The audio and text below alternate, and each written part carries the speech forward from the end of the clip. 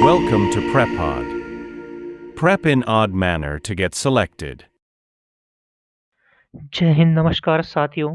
मेरा नाम है अमन रावत और प्रेपॉड में आपका हार्दिक स्वागत है। सबसे पहले आज हम अपना उत्तराखंड सीरीज़ का चैप्टर फर्स्ट करेंगे और ये बैच जो है वो उत्तराखंड जीके के लिए है, specially in English medium.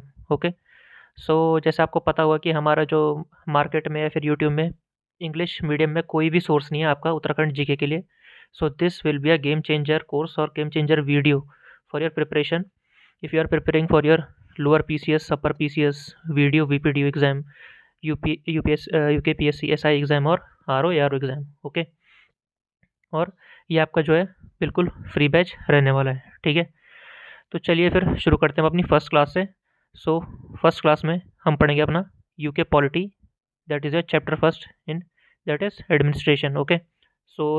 Polity हमारा कंपैरेटिवली थोड़ा इजी सब्जेक्ट है, तो सबसे पहले हम अपना पॉलिटी से स्टार्ट करेंगे और फर्स्ट चैप्टर में एडमिनिस्ट्रेशन पढ़ेंगे।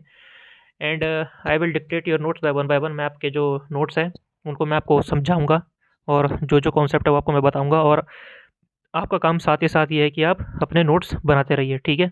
इससे आप क्या रहेगा कि आपको खुद ब खुद रिवीजन में आसानी होगी। कल को आप इसको चैप्टर को रिवाइज करेंगे तो फिर से आप आराम से अपना पढ़ सकते हैं, ठीक है। तो चलिए फिर शुरू करते हैं अपने फर्स्ट पार्ट से, दैट इज़ उत्तराखंड। आपको पता होगा हमारा जो उत्तराखंड स्टेट है वो 9 नवंबर 2000 में बना था। ओके। फर्स्ट ऑफ ऑल हमारा जो स्टेट था उसका पहला नाम उत्तरांचल था, ठीक है। Uttaranchal state was formed on 9 November 2000। Okay. And it was the 27th state of the Indian Republic. हमारा जो बनने के हिसाब से हमारे डिफरेंट डिफरेंट देश में जो स्टेट्स हैं उनकी नंबरिंग के हिसाब से हम देखा जाए तो हम 27th नंबर पे हैं। 27th स्टेट जो था आपका उत्तरांचल था या फिर उत्तराखंड था। ओके। तो 11th state among the Himalayan states by carving out 13 Himalayan districts of Uttar Pradesh. Okay. ये आपका 11th स्टेट है किस में से, जो आपके टोटल हिमालयन स्टेट्स हैं हमारी कंट्रीज़ में, that is your Jammu Kashmir, Himachal Pradesh, Arunachal Pradesh, Sikkim, इन सब में से हमारा 11th हिमालयन स्टेट है। और उत्तर प्रदेश के हमारे 13 डिस्ट्रिक्ट जो है वो अलग से काट के हमारा उत्तराखंड बनाया गया था, ठीक है। इसलिए आपको पता होगा कि हमारे स्टेट में टोटल 13 डिस्ट्रिक्ट हैं, ठीक है। और 1 जनवरी 2007 से it's name was change to Uttarakhand, ठीक है। 1 जनवरी 2007 से हमारा जो नेम था वो उत्तरांचल से उत्तराखंड बन गया था, ठीक है। तो चलिए हम अब स्टेट सिंबल, स्टेट बर्ड और वो पढ़ेंगे, ठीक है। ये आपका स्टैटिक पोर्शन है तो ये इंपॉर्टेंट पोर्शन है, इससे आपके बहुत सारे क्वेश्चन बनते हैं, तो आप इसे ढंग से पढ़िएगा, ठीक है, और अपने नोट्स भी बनाते रहिएगा। तो सबसे पहले हम पढ़ेंगे अपना स्टेट सिंबल, ठीक है। हमारा स्टेट सिंबल क्या है? State symbol, the symbol depicts a series of 3 mountain peaks in a circular posture and a 4 waves of Ganga below it. Okay. ऐसे आपका 3 माउंटेन्स है और यहाँ पे आपकी 4 गंगा की वेव्स हैं इस प्रकार से, ठीक है।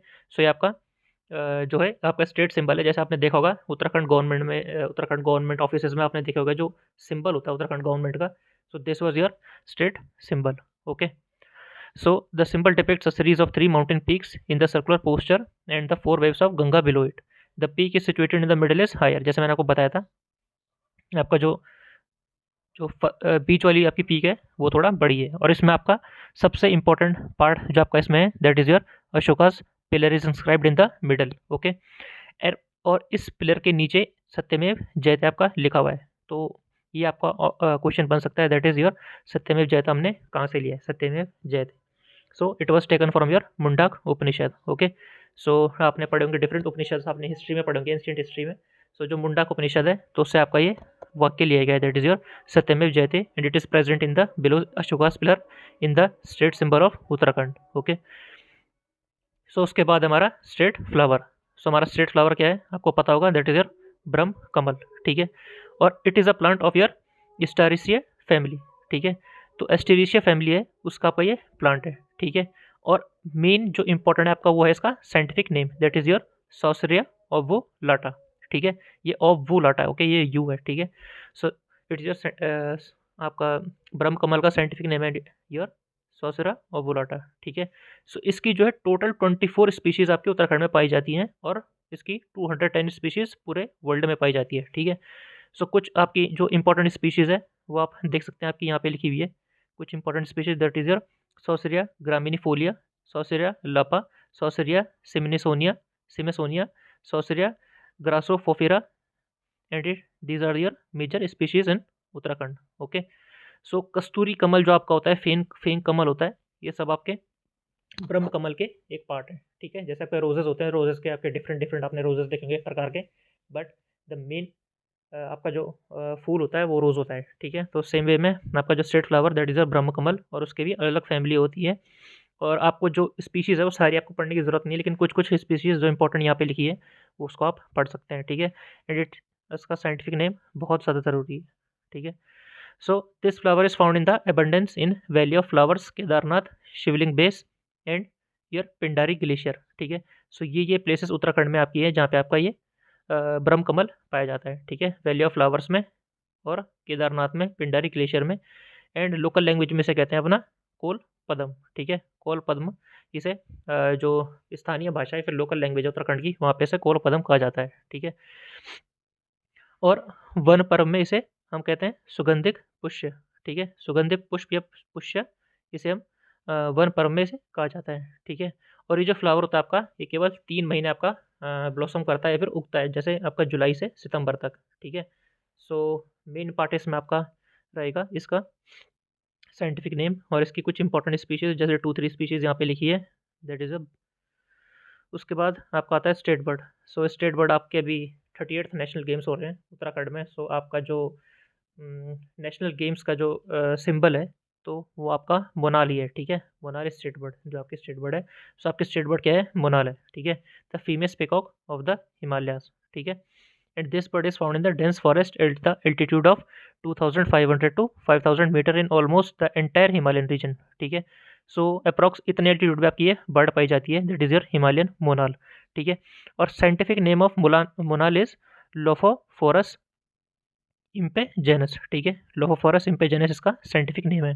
सो जो साइंटिफिक नेम से आपके जो आपका स्टेट फ्लावर है, स्टेट बर्ड है, आपका स्टेट ट्री है, तो इनके आपके जो साइंटिफिक नेम्स हैं these are very very important. ठीक है, इनके आपके PYQ भी बने, और इसकी कुछ 4 मेन स्पीशीज होती है, दैट इज योर आइपिलेस, स्क्लाट्री, ल्यूरी, एंड लोफोफोरेसेंस। ठीक है, तो लोफोफोरेसेंस, स्काट्री, ल्यूरी, एंड आइपिलेस, ये इसकी कुछ इंपॉर्टेंट स्पीशीज हैं। ठीक है, in local language of Uttarakhand, Kashmir, Assam and Nepal, this bird is called Monyal और मुनाल। ठीक है, सो मुनाल को आपका मान्याल या मुनाल भी कहा जाता है in local languages of Kashmiri, Assam and Nepal. ठीक है, और जो आपकी मुनाल बर्ड है इसकी बहुत ज़्यादा हंटिंग होती है। ठीक है, जो मुनाल बर्ड की हंटिंग बहुत ज़्यादा होती है, इस वजह से जो आपका IUCN लिस्ट है उसमें ये इंडेंजर्ड कैटेगरी में और रेड कैटेगरी में। ठीक है, सो IUCN लिस्ट आपको पता होगा जिसमें जो विलुप्त होते हुए जानवर या फिर बर्ड्स हैं, तो उन सब में IUCN लिस्ट में डिफरेंट डिफरेंट कैटेगरीज में उन्हें रखा जाता है जिस हिसाब से वो विलुप्त हो रहे हैं। सो ये आपकी रेड कैटेगरी में। ठीक है, हिमालयन मोनाल। सो आपको इंपॉर्टेंट ये फैक्ट याद रखना है। उसके बाद आपका स्टेट एनिमल।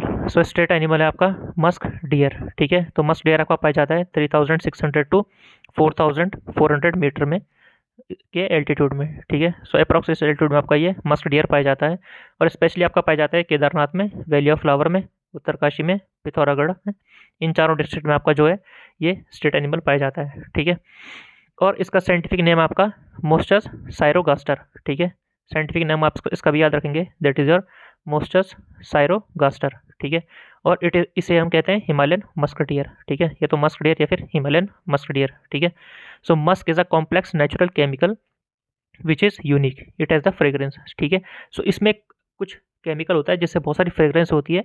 सो इस वजह से इसके बहुत सारे यूजेस हैं। ठीक है, बहुत सारे इंपॉर्टेंट यूजेस हैं, जैसे एग्जांपल मेडिसिनल यूजेस हैं, और आपके परफ्यूम्स वगैरह में यूजेस हैं, तो इस वजह से इसकी हंटिंग भी बहुत ज़्यादा होती है। ठीक है, so musk is a complex natural chemical which is unique, it has fragrance apart from aromatic materials, it is also use in the manufacture of medicine and for the treatment of disease like asthma, pneumonia, heart disease.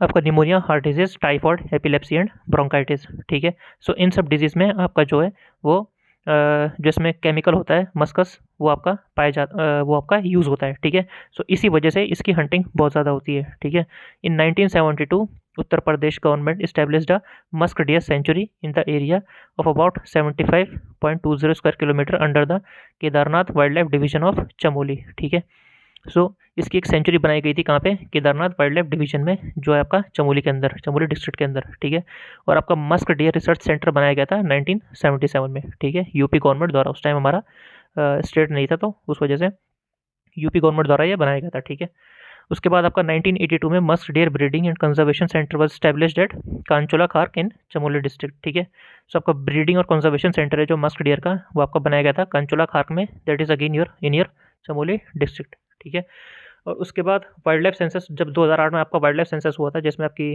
Different different जो wild life animals होते हैं उनकी numbering होती है। सो उसमें आपका जो musk deer था उसमें जो बहुत ज़्यादा गिरावट आई थी। ठीक है, आपकी जो बहुत ज़्यादा गिरावट आई थी, एंड जो आपकी अप्रॉक्स स्पीशीज़ जो थी वो 279 से 276 पहुंच गई थी। ठीक है, सो 279 भी बहुत कम नंबर है, क्योंकि ये स्पेशली आपका इसी रीजन में पाया जाता है। ठीक है, हिमालयन मस्क डियर, स्पेशली ये मस्क डियर की एक प्रजाति है जैथिस डियर, हिमालयन मस्क डियर, और ये उत्तराखंड में पाया जाता है। और आप इसकी पॉपुलेशन देख सकते हैं, लेकिन अब थोड़ा इसकी पॉपुलेशन थोड़ा ऊपर नीचे हो गई होगी, लेकिन फिलहाल ये 2005 के डेटा के हिसाब से इट इज़ अप्रॉक्स 276। ठीक है, 2008 के डेटा के हिसाब से। अच्छा, उसके बाद आपका स्टेट ट्री। ठीक है, सो स्टेट ट्री आपका दैट इज़ योर बुरांस। ठीक है, सो बुरांस आपका स्टेट ट्री है। बुरांस में आपने जूस भी पिया होगा, बुरांस के फूल देखे होंगे आपके, वाइट कलर के भी होते हैं, रेड कलर के भी होते हैं। ठीक है, मेन आपका जो रेड कलर का होता है। ठीक है, सो बुरांस इज़ योर स्टेट ट्री, और इसका जो साइंटिफिक नेम है वो आपका रोडोडेंड्रॉन है आर्बोरियम। ठीक है, रोडोडेंड्रॉन आर्बोरियम, या फिर केवल रोडोडेंड्रॉन आप कह सकते हैं सर। ठीक है, वो इसका साइंटिफिक नेम है। अच्छा, जो आपका ये ब्रांच ट्री होता है, इसके बहुत सारे मेडिसिनल यूज़ होते हैं। इसके जो जूस होता है वो भी काफ़ी सेहत के लिए हेल्थी होता है। सो इस वजह से ये आपका प्रोटेक्टेड ट्री में आपका ये रखा गया है, that is your under your forest act से 1974। ठीक है, क्योंकि इसको बचाना बहुत ज़्यादा ज़रूरी है। ठीक है, सो ये अपने डिफरेंट अपने state animals, state bird, state tree, state symbol, state flower, ये सब पढ़े। सो इन सब के आपको नाम अलॉन्ग विद साइंटिफिक नेम ये अच्छे से याद होने चाहिए। ठीक है, so now we will move forward in our chapter and we will talk about the administration in Uttarakhand state. ठीक है, आपका उत्तराखंड में कैसा एडमिनिस्ट्रेशन है। सो बेसिकली एडमिनिस्ट्रेशन आपका हर स्टेट में लगभग लगभग सेम होता है, दैट इज़ योर जैसे आपका लेजिस्लेटिव असेंबली कैसे वर्क करती है, गवर्नर कैसे वर्क करता है, चीफ मिनिस्टर कैसे वर्क करेगा। सो अप्रॉक्सीमेटली हर स्टेट का लगभग सेम होता है, लेकिन कुछ कुछ डिफरेंसेस होते हैं, like your in your local self government. So उसका हम अच्छे से देखेंगे। ठीक है, so talking about your administration, like other states of the country, its administration is also governed according to part 6, that is your article 152 to 237। ठीक है, according to the constitution the parliamentary system of administration is in force in the state and the three main parts of which are as follows। so आपका जो state government होता है उसके three main parts होते हैं आपके, executive, legislative assembly and your judiciary. So executive में आता है आपका governor, council of ministers, secretariat, departments, different जो गवर्नमेंट डिपार्टमेंट्स हैं, और आपका एडवोकेट जनरल। ठीक है, एजी, जो आपका गवर्नमेंट लॉयर होता है। ठीक है, सबसे बड़ा। उसके बाद आपका आता है legislative assembly, that is your governor as well as your legislative assembly, and at the last is your judiciary, see. ठीक है, सो आपकी जो थ्री एडमिनिस्ट्रेशन के थ्री मेन जो ऑर्गन या फिर पार्ट्स हैं आपके स्टेट के, वो होते हैं आपका एग्जीक्यूटिव, लेजिस्लेटिव एंड जुडिशरी। आपको पता होगा three pillars of democracy, and fourth pillar is your press. ठीक है, सो उसके बाद हम एग्जीक्यूटिव से पढ़ेंगे। सो सबसे पहले आता है आपका गवर्नर। ठीक है, सो गवर्नर के आपको फंक्शंस पता होंगे कुछ कुछ। सो पहला फंक्शन दैट इज़ योर, ये आपका आता है आर्टिकल 153 के अंडर। ठीक है, आर्टिकल 153 क्या कहता है, there will be a governor for each state who will be appointed by the president. ठीक है, सो इंपॉर्टेंट पॉइंट है, आपको याद रखना है, that is your governor is appointed by the president. ठीक है, so the governor is appointed for 5 years bye the president and hold office during the pleasure of the president. ठीक है, so जो गवर्नर होता है आपका वो 5 साल के लिए आपका इलेक्ट होता है, और आपका ये जो प्रेसिडेंट की जब तक मर्जी होती है तब तक ये आपका ऑफिस होल्ड करता है। ठीक है, and it is noteworthy that the governor is the first citizen of the state and the constitutional head of the state executive। ठीक है, सो ये इंपॉर्टेंट पॉइंट है, who is your first citizen of the state, that is your governor, and who is the first citizen of your country, that is your president, same way in the case of president. ठीक है, and constitutional head of the state, that is your constitutional head of the state executive is your governor, ठीक है। And the executive power of the state is wasted in the governor which he exercises himself और through his subordinate officers, ठीक है। So जो executive powers governors के पास होती हैं, या फिर वो उसको खुद भी यूज़ कर सकता है या फिर अपने किसी ऑफिसर्स के थ्रू भी उसे यूज़ करवा सकता है, ठीक है। And it is noteworthy that all the works of the state are done in the name of governor only, ठीक है। तो स्टेट के अंदर आपकी जितनी भी पॉलिसीज इंप्लीमेंट होंगी, जितने भी एग्रीमेंट्स बनेंगे, उन सब में आपका गवर्नर के थ्रू बनेंगे, यानी गवर्नर का उसमें सिग्नेचर होता है, ठीक है। क्योंकि लास्ट में आपका गवर्नर का एसेंट बहुत ज़्यादा ज़रूरी होता है किसी भी जो आपका स्कीम्स होती है या फिर आपके इंटरनेशनल ट्रीटीज़ आपकी स्टेट गवर्नमेंट करती है, तो वो सब आपके गवर्नर के नाम पे होते हैं, ठीक है। अच्छा, उसके बाद आपका काउंसिल ऑफ मिनिस्टर्स, ठीक है। सो जैसे आपका सेंट्रल में होता है council of ministers, same way में आपका स्टेट में भी होता है, ठीक है। सो काउंसिल ऑफ मिनिस्टर्स आता है आपका अकॉर्डिंग टू आर्टिकल 163, ठीक है। And it is worth noting that the governor first appoints the chief minister and then appoints the other minister on his advice, ठीक है। सो आर्टिकल 164 आपका कहता है कि आपका जो गवर्नर होता है वो सबसे पहले खुद सीएम को अपॉइंट करता है, और उसके बाद सीएम की एडवाइस से आपके जो अदर मिनिस्टर्स होते हैं उनको ये अपॉइंट करता है, ठीक है। So, according to Schedule 3 of the Constitution, the governor administers the oath of office and the secrecy to all the ministers, ठीक है। सो आपका जो शेड्यूल 3 होता है वो आपका कहता है कि जो आपका गवर्नर होगा वो आप सबकी जो ओथ होती है डिफरेंट डिफरेंट MLAs की, उनको ये एडमिनिस्टर करता है, ठीक है। उसके प्रेजेंस में आपकी जो MLAs होता है उनकी ओथ होती है, ठीक है। And it is a worth noting that the members of the council of ministers hold their office during the pleasure of the governor, ठीक है। सो आपके जो काउंसिल मिनिस्टर्स हैं या फिर आपके जो डिफरेंट डिफरेंट MLAs हैं, वो तब तक ही अपनी ऑफिस में रह सकते हैं, फिर अपनी जो चेयर होती है वहाँ पर रह सकते हैं जब तक गवर्नर की मर्जी होती है, ठीक है। क्योंकि वो अपॉइंट हुए हैं गवर्नर की सहमति से, ठीक है, but on the advice of CM, ठीक है। तो सो जो गवर्नर होता है, जैसे आप मान लीजिए एक पार्टी है, सो पार्टी इलेक्ट होकर उसने मेजोरिटी अपनी लेजिस्लेटिव असेंबली में बनाई, ठीक है। सो जो मेजोरिटी पार्टी होती है वो अपना एक लीडर चुनती है, और गवर्नर नॉर्मली उसी लीडर को सीएम अपॉइंट करते हैं। उसके बाद गवर्नर उस सीएम की मदद से या फिर उस सीएम की एडवाइस से अपने जो बाकी काउंसिल ऑफ मिनिस्टर्स हैं उनको अपॉइंट करते हैं। सो इस वजह से जो काउंसिल ऑफ मिनिस्टर्स हैं वो अपनी जो कुर्सी होती है, फिर जो उनका ऑफिस होता है, वो तब तक होता है जब तक गवर्नर की मर्जी होती है, ठीक है। तो इसका मतलब क्या होता है, जो गवर्नर होता है वो काउंसिल ऑफ मिनिस्टर्स को हटा सकता है, ठीक है। So the state council of ministers performs many administrative, legislative and financial functions. This council of ministers perform the function of the actual executive in the state, ठीक है। सो जो executive में आपका एक्चुअल एग्जीक्यूशन करते हैं law का, वो होते हैं आपके काउंसिल ऑफ मिनिस्टर्स, ठीक है। ये आपका जो है क्योंकि आपका जो लेजिस्लेटिव होती है, लेजिस्लेटिव आपकी पूरी की पूरी जो पार्लियामेंट होती है, सॉरी असेंबली होती है आपकी स्टेट असेंबली, वो पूरा का पूरा आपका लॉ बनाती है, और उस लॉ को जो एग्जीक्यूट करेगा उसको हम बोलते हैं executive. And the main executive are your council of ministers, ठीक है। So the council of minister is the guide for the legislation and the pivot of the governance, ठीक है। So who is your guide of the legislature and the pivot of governance, that is your council of ministers, ठीक है। And it is a deliberative and policy deciding body, ठीक है। So आपकी जितनी भी important policies होती है वो आपकी किसके थ्रू डिसाइड होती है, आपका काउंसिल ऑफ मिनिस्टर्स, ठीक है। And it is the link that connects the executive organ of the governance with the legislature, ठीक है। सो आपका जो एग्जीक्यूटिव ऑर्गन होता है गवर्नेंस का, उसको लेजिस्लेचर से कौन कनेक्ट करता है, that is your council of minister, ठीक है। जो लॉ बनाते हैं और जो लॉ एग्जीक्यूट करते हैं, सो उन दोनों के बीच में जो कनेक्ट होता है that is your council of ministers, ठीक है।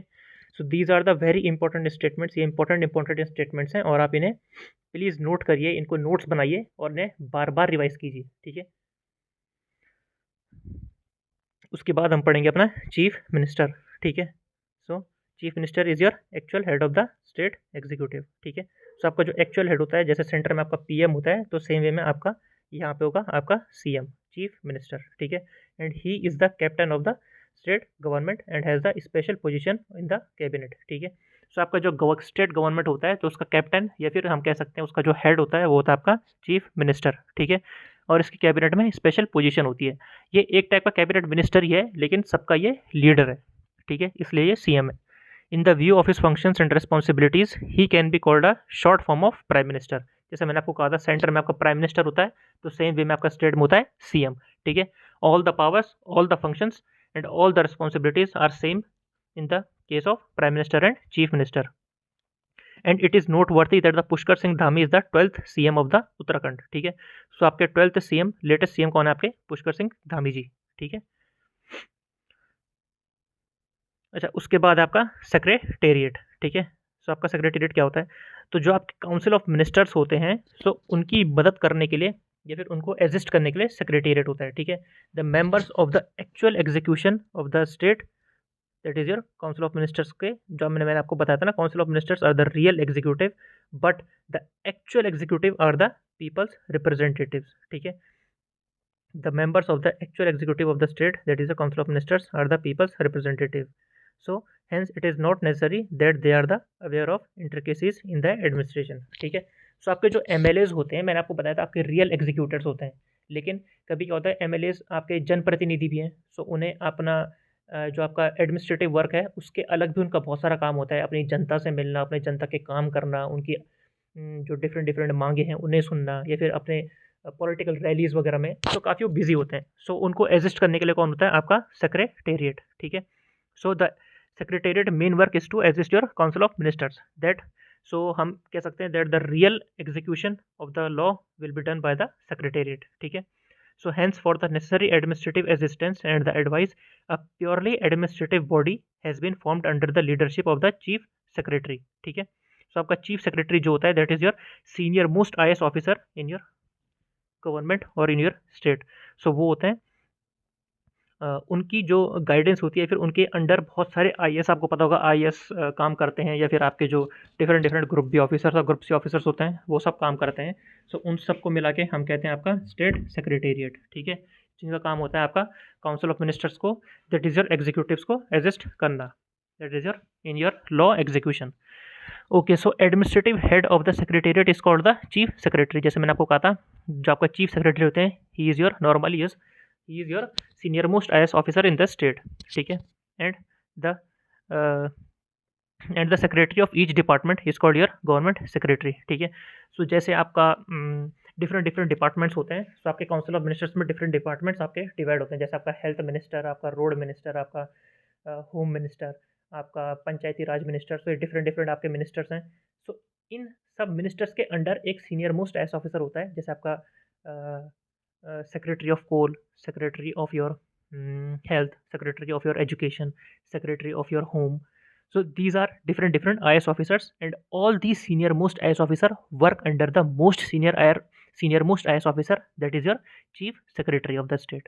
ठीक है, तो चीफ सेक्रेटरी आपका एक होता है, उसके नीचे आपके different different senior most IAS होते हैं जिनको हम सेक्रेटरी कहते हैं, जैसे secretary of health, secretary of home, secretary of your education, secretary of your anybody that is your Panchayati Raj institution like this, है ना।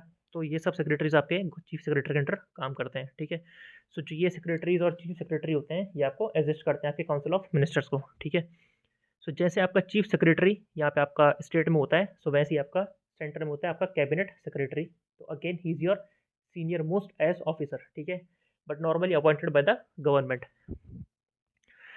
So the secretariat supervises and directs and controls the state administration. ठीक है, it is the secretariat's duty to collect and analyze material required for formulating government policy and present it before the council of ministers. ठीक है, तो सारा administrative work जो होता है, सारे फैक्ट्स एंड फिगर्स कलेक्ट करना और सारी चीज़ें एनालाइज करना किसी भी स्कीम्स के लिए, और स्कीम्स को इम्प्लीमेंट करना, सो वो सब कौन करता है? आपका सेक्रेटेरिएट। ठीक है, post of chief secretary in the state administration is your, यहाँ पर कोई पॉइंट थोड़ा गलत हो गया है, that is your chief secretary in the state administration is your highest administrative authority in the hierarchy of IAS officers. ठीक है, and the position and work of the chief secretary in the state is same as the part of cabinet secretary at the centre. ठीक है, so आपका chief secretary जो होते हैं वो आपके स्टेट के सबसे सीनियर मोस्ट IAS ऑफिसर और सबसे हाईएस्ट अथॉरिटी होती है, सेम वे में आपका cabinet secretary in your central government. ठीक है, सो मैंने आपको अभी थोड़े देर पहले ये पॉइंट बताया था। अच्छा, आपका सेक्रेटेरिएट अब हो गया, इसके बाद हम पढ़ेंगे आपका एग्जीक्यूटिव डिपार्टमेंट। ठीक है, that is your directorate. After the council of ministers and the secretariat, that is your administrative head, and the third component is your executive department, that is your directorate. The above two components are related to policy making, while the executive department is the institution primarily responsible for the implementation. ठीक है, so आपका जो secretariat या फिर council of ministers है वो आपका policy वगैरह बनाते हैं, लेकिन एग्जीक्यूशन का जो मेन काम है डेफिनेटली वो भी आपका थोड़ा बहुत एग्जीक्यूट करते हैं, लेकिन मेन रोल जो एग्जीक्यूशन का होता है वो आपका होता है डायरेक्टरेट के through, that is your executive department और डायरेक्टरेट. ठीक है, so directorate is your prime responsible for your execution. So there are many departments under a government secretary. For example, police, jail, internal security, etc. departments are under the home secretary. The functional units of various departments are spread downwards and have their own division levels. ठीक है, तो मैंने आपको जैसा बताया था कि different IAS officers जो होते हैं या फिर सेक्रेटरी होते हैं. सो जैसे आपका पंचायती राज सेक्रेटरी हो गया, हेल्थ सेक्रेटरी हो गया, आपका होम सेक्रेटरी हो गया, इन सब के अंदर डिफरेंट डिपार्टमेंट्स होते हैं जिनका ये कार्य देखते हैं. ठीक है, in general the revenue administration, after the head of the department there is a divisional commissioner who looks after the law or order, revenue collection and other works of this division. ठीक है, at present there are two divisions, that is your Gadwal and Kumaon in the state.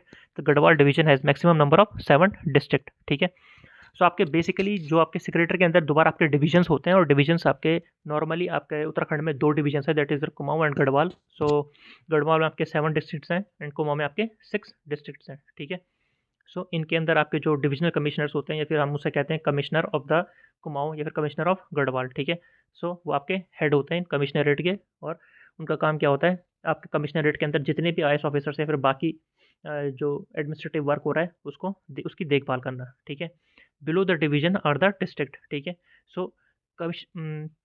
आपके जो commissionerate होते हैं या फिर division होते हैं उसके बाद आप कहते हैं डिस्ट्रिक्ट. ठीक है, तो डिस्ट्रिक्ट का आपको पता होगा, district is headed by the district magistrate. ठीक है, सो हमारे टोटल कितने डिस्ट्रिक्ट हैं स्टेट में, दैट इज 13. ठीक है, उसके बाद डिस्ट्रिक्ट के अंदर आता है हमारा तहसील. ठीक है, तहसील आपकी हेड होती है, that is SDM through your sub district magistrate. ठीक है, और at the time of formation of the state there were total of 49 tehsils. ठीक है, सो जब हमारा स्टेट फॉर्मेशन हुआ था उस टाइम हमारी 49 तहसील थी स्टेट में, लेकिन आज हमारी टोटल तहसीलें अप्रॉक्स 110. ठीक है, सो अप्रॉक्स हमारी टोटल तहसीलें 110 है, और 49 तहसील हमारी जब हमारा स्टेट फॉर्म हुआ था उस समय थी. ठीक है, तो like general and revenue administration, development administration also has its own level. In this the state level is at the top, the district level and the block is at the bottom. ठीक है, सो जैसे हमारा revenue या फिर normal administration होता है, सो वैसे ही हमारा डेवलपमेंट एडमिनिस्ट्रेशन के भी डिफरेंट लेवल्स होते हैं. पहला हमारा स्टेट, उसके बाद डिस्ट्रिक्ट, उसके बाद ब्लॉक. ठीक है, सो ये नॉर्मली आपका एडमिनिस्ट्रेशन का पार्ट था. उसके बाद हम पढ़ेंगे आपका रेवेन्यू पुलिस. ठीक है, रेवेन्यू पुलिस हो गया आपका, जैसे नॉर्मल टैक्स कलेक्ट करने के लिए पुलिस होती है रेवेन्यू पुलिस, या फिर हम उसे पटवारी, आपका सुना आपने पटवारी एग्ज़ाम, सो आपके जो होते हैं वो आपके रेवेन्यू सब इंस्पेक्टर्स होते हैं. ठीक है, आपके पटवारी. सो रेवेन्यू पुलिस के बारे में पढ़ेंगे कि हमारे उत्तराखंड में आप ये रेवेन्यू पुलिस प्रेजेंट है. सो इस वजह से हमें इसे पढ़ना इंपॉर्टेंट है. So first of all in 1819 the post of Patwari was created in the Kumaon region of the state, and they were entrusted with the duties of revenue collection, land records, etc. as well as the police. ठीक है, so आपका जो सबसे पहले पटवारी जो आपका post थी वो बनाई गई थी कुमाऊं में, और उनका काम क्या था, आपका लैंड रिकॉर्ड्स फाइल करना या फिर आपका टैक्स कलेक्शन करने के लिए ये आपका पटवारी बनाए गए थे 1819 में कुमाऊं में. ठीक है, so after the revolt of 1857 the British wanted to establish a regular police system in this area, but on the advice of Commissioner Ramsay, the old system was allowed to remain. To put a stamp on the system, a notification regarding the duties of Patwari was issued on 1874 AD. ठीक है, so जो commissioner Ram से था, जो राम से थे, सो इनका कहना क्या था, दैट इज आपका जो पटवारी सिस्टम है इसको रहने देना चाहिए, क्योंकि आपके जो लोग हैं गांव देहात के जो लोग हैं वो इनसे ज़्यादा आपके कनेक्ट करते हैं. ठीक है, नॉर्मल पुलिस से. सो इस वजह से मेन कारण जो पटवारी सिस्टम था इसको रखने का यही था. ठीक है, so at present this system is applicable in about 61% of the state. जो आपका अप्रॉक्स 61% ऑफ द स्टेट है वहाँ पे आपका पूरा पटवारी सिस्टम चलता है. ठीक है, इन दिस सिस्टम पटवारी, कानूनगो, नायब तहसीलदार, तहसीलदार, परगना अधिकारी, TM and commissioner etcetera have to perform the work of police along with the revenue. ठीक है, जो आपका जो ये रेवेन्यू सिस्टम होता है इसमें आपका जो DM होते हैं, फिर जो कमिश्नर होते हैं, डिफरेंट ऑफिसर्स होते हैं, नायब तहसीलदार, तहसीलदार, पटवारी, सो ये आपका पुलिस का काम भी संभालते हैं अलॉन्ग विथ रेवेन्यू कलेक्शन का भी काम संभालते हैं, दैट इज टैक्स कलेक्ट करने का काम. ठीक है, Here it is responsibility of the revenue police to investigate the crimes, register the case and arrest the criminals. ठीक है। तो नॉर्मली आपने देखा होगा जैसे गांव में झगड़े वगड़े होते हैं, किसी भी दो लोगों के बीच होते हैं या फिर दो पार्टीज के बीच होता है। सो वहाँ पे आपका जो पटवारी को बुलाया जाता है। ठीक है। सो इस वजह से यहाँ पे कहा गया है आपका जो रेवेन्यू पुलिस है उसका काम क्या था, आपका क्राइम्स इन्वेस्टिगेट करना या फिर केस को रजिस्टर करना भी इनके पास पावर थी, केस रजिस्टर करने की या फिर जो क्रिमिनल्स होते हैं उनको अरेस्ट करने की। ठीक है। और उन पर फाइन वगैरह लगाने की भी पावर पटवारीज के पास होती है। ठीक है। So for some time now there has been a strong demand to hand over the revenue areas to the civil police. ठीक है। सो अभी करंटली आपको पता होगा कि उत्तराखंड में भी डिमांड चल रही है कि आपके जो ये रेवेन्यू का जो पूरा एरियाज हैं ये सब आपके कॉमन पुलिस को हैंड ओवर कर दिया जाए। ठीक है। So the argument given behind this demand is that the revenue police do not have a strong system to prevent crime and is unable to investigate crimes effectively due to lack of technical knowledge. ठीक है। सो इसमें जो main argument वो आपका दिया जाता है that is your जो आपके पटवारी हैं या फिर आपकी जो रेवेन्यू पुलिस है उनके पास इनफ टेक्नोलॉजी या फिर इनफ जो आपकी ट्रेनिंग नहीं है आपके क्राइम सॉल्व करने के लिए। ठीक है।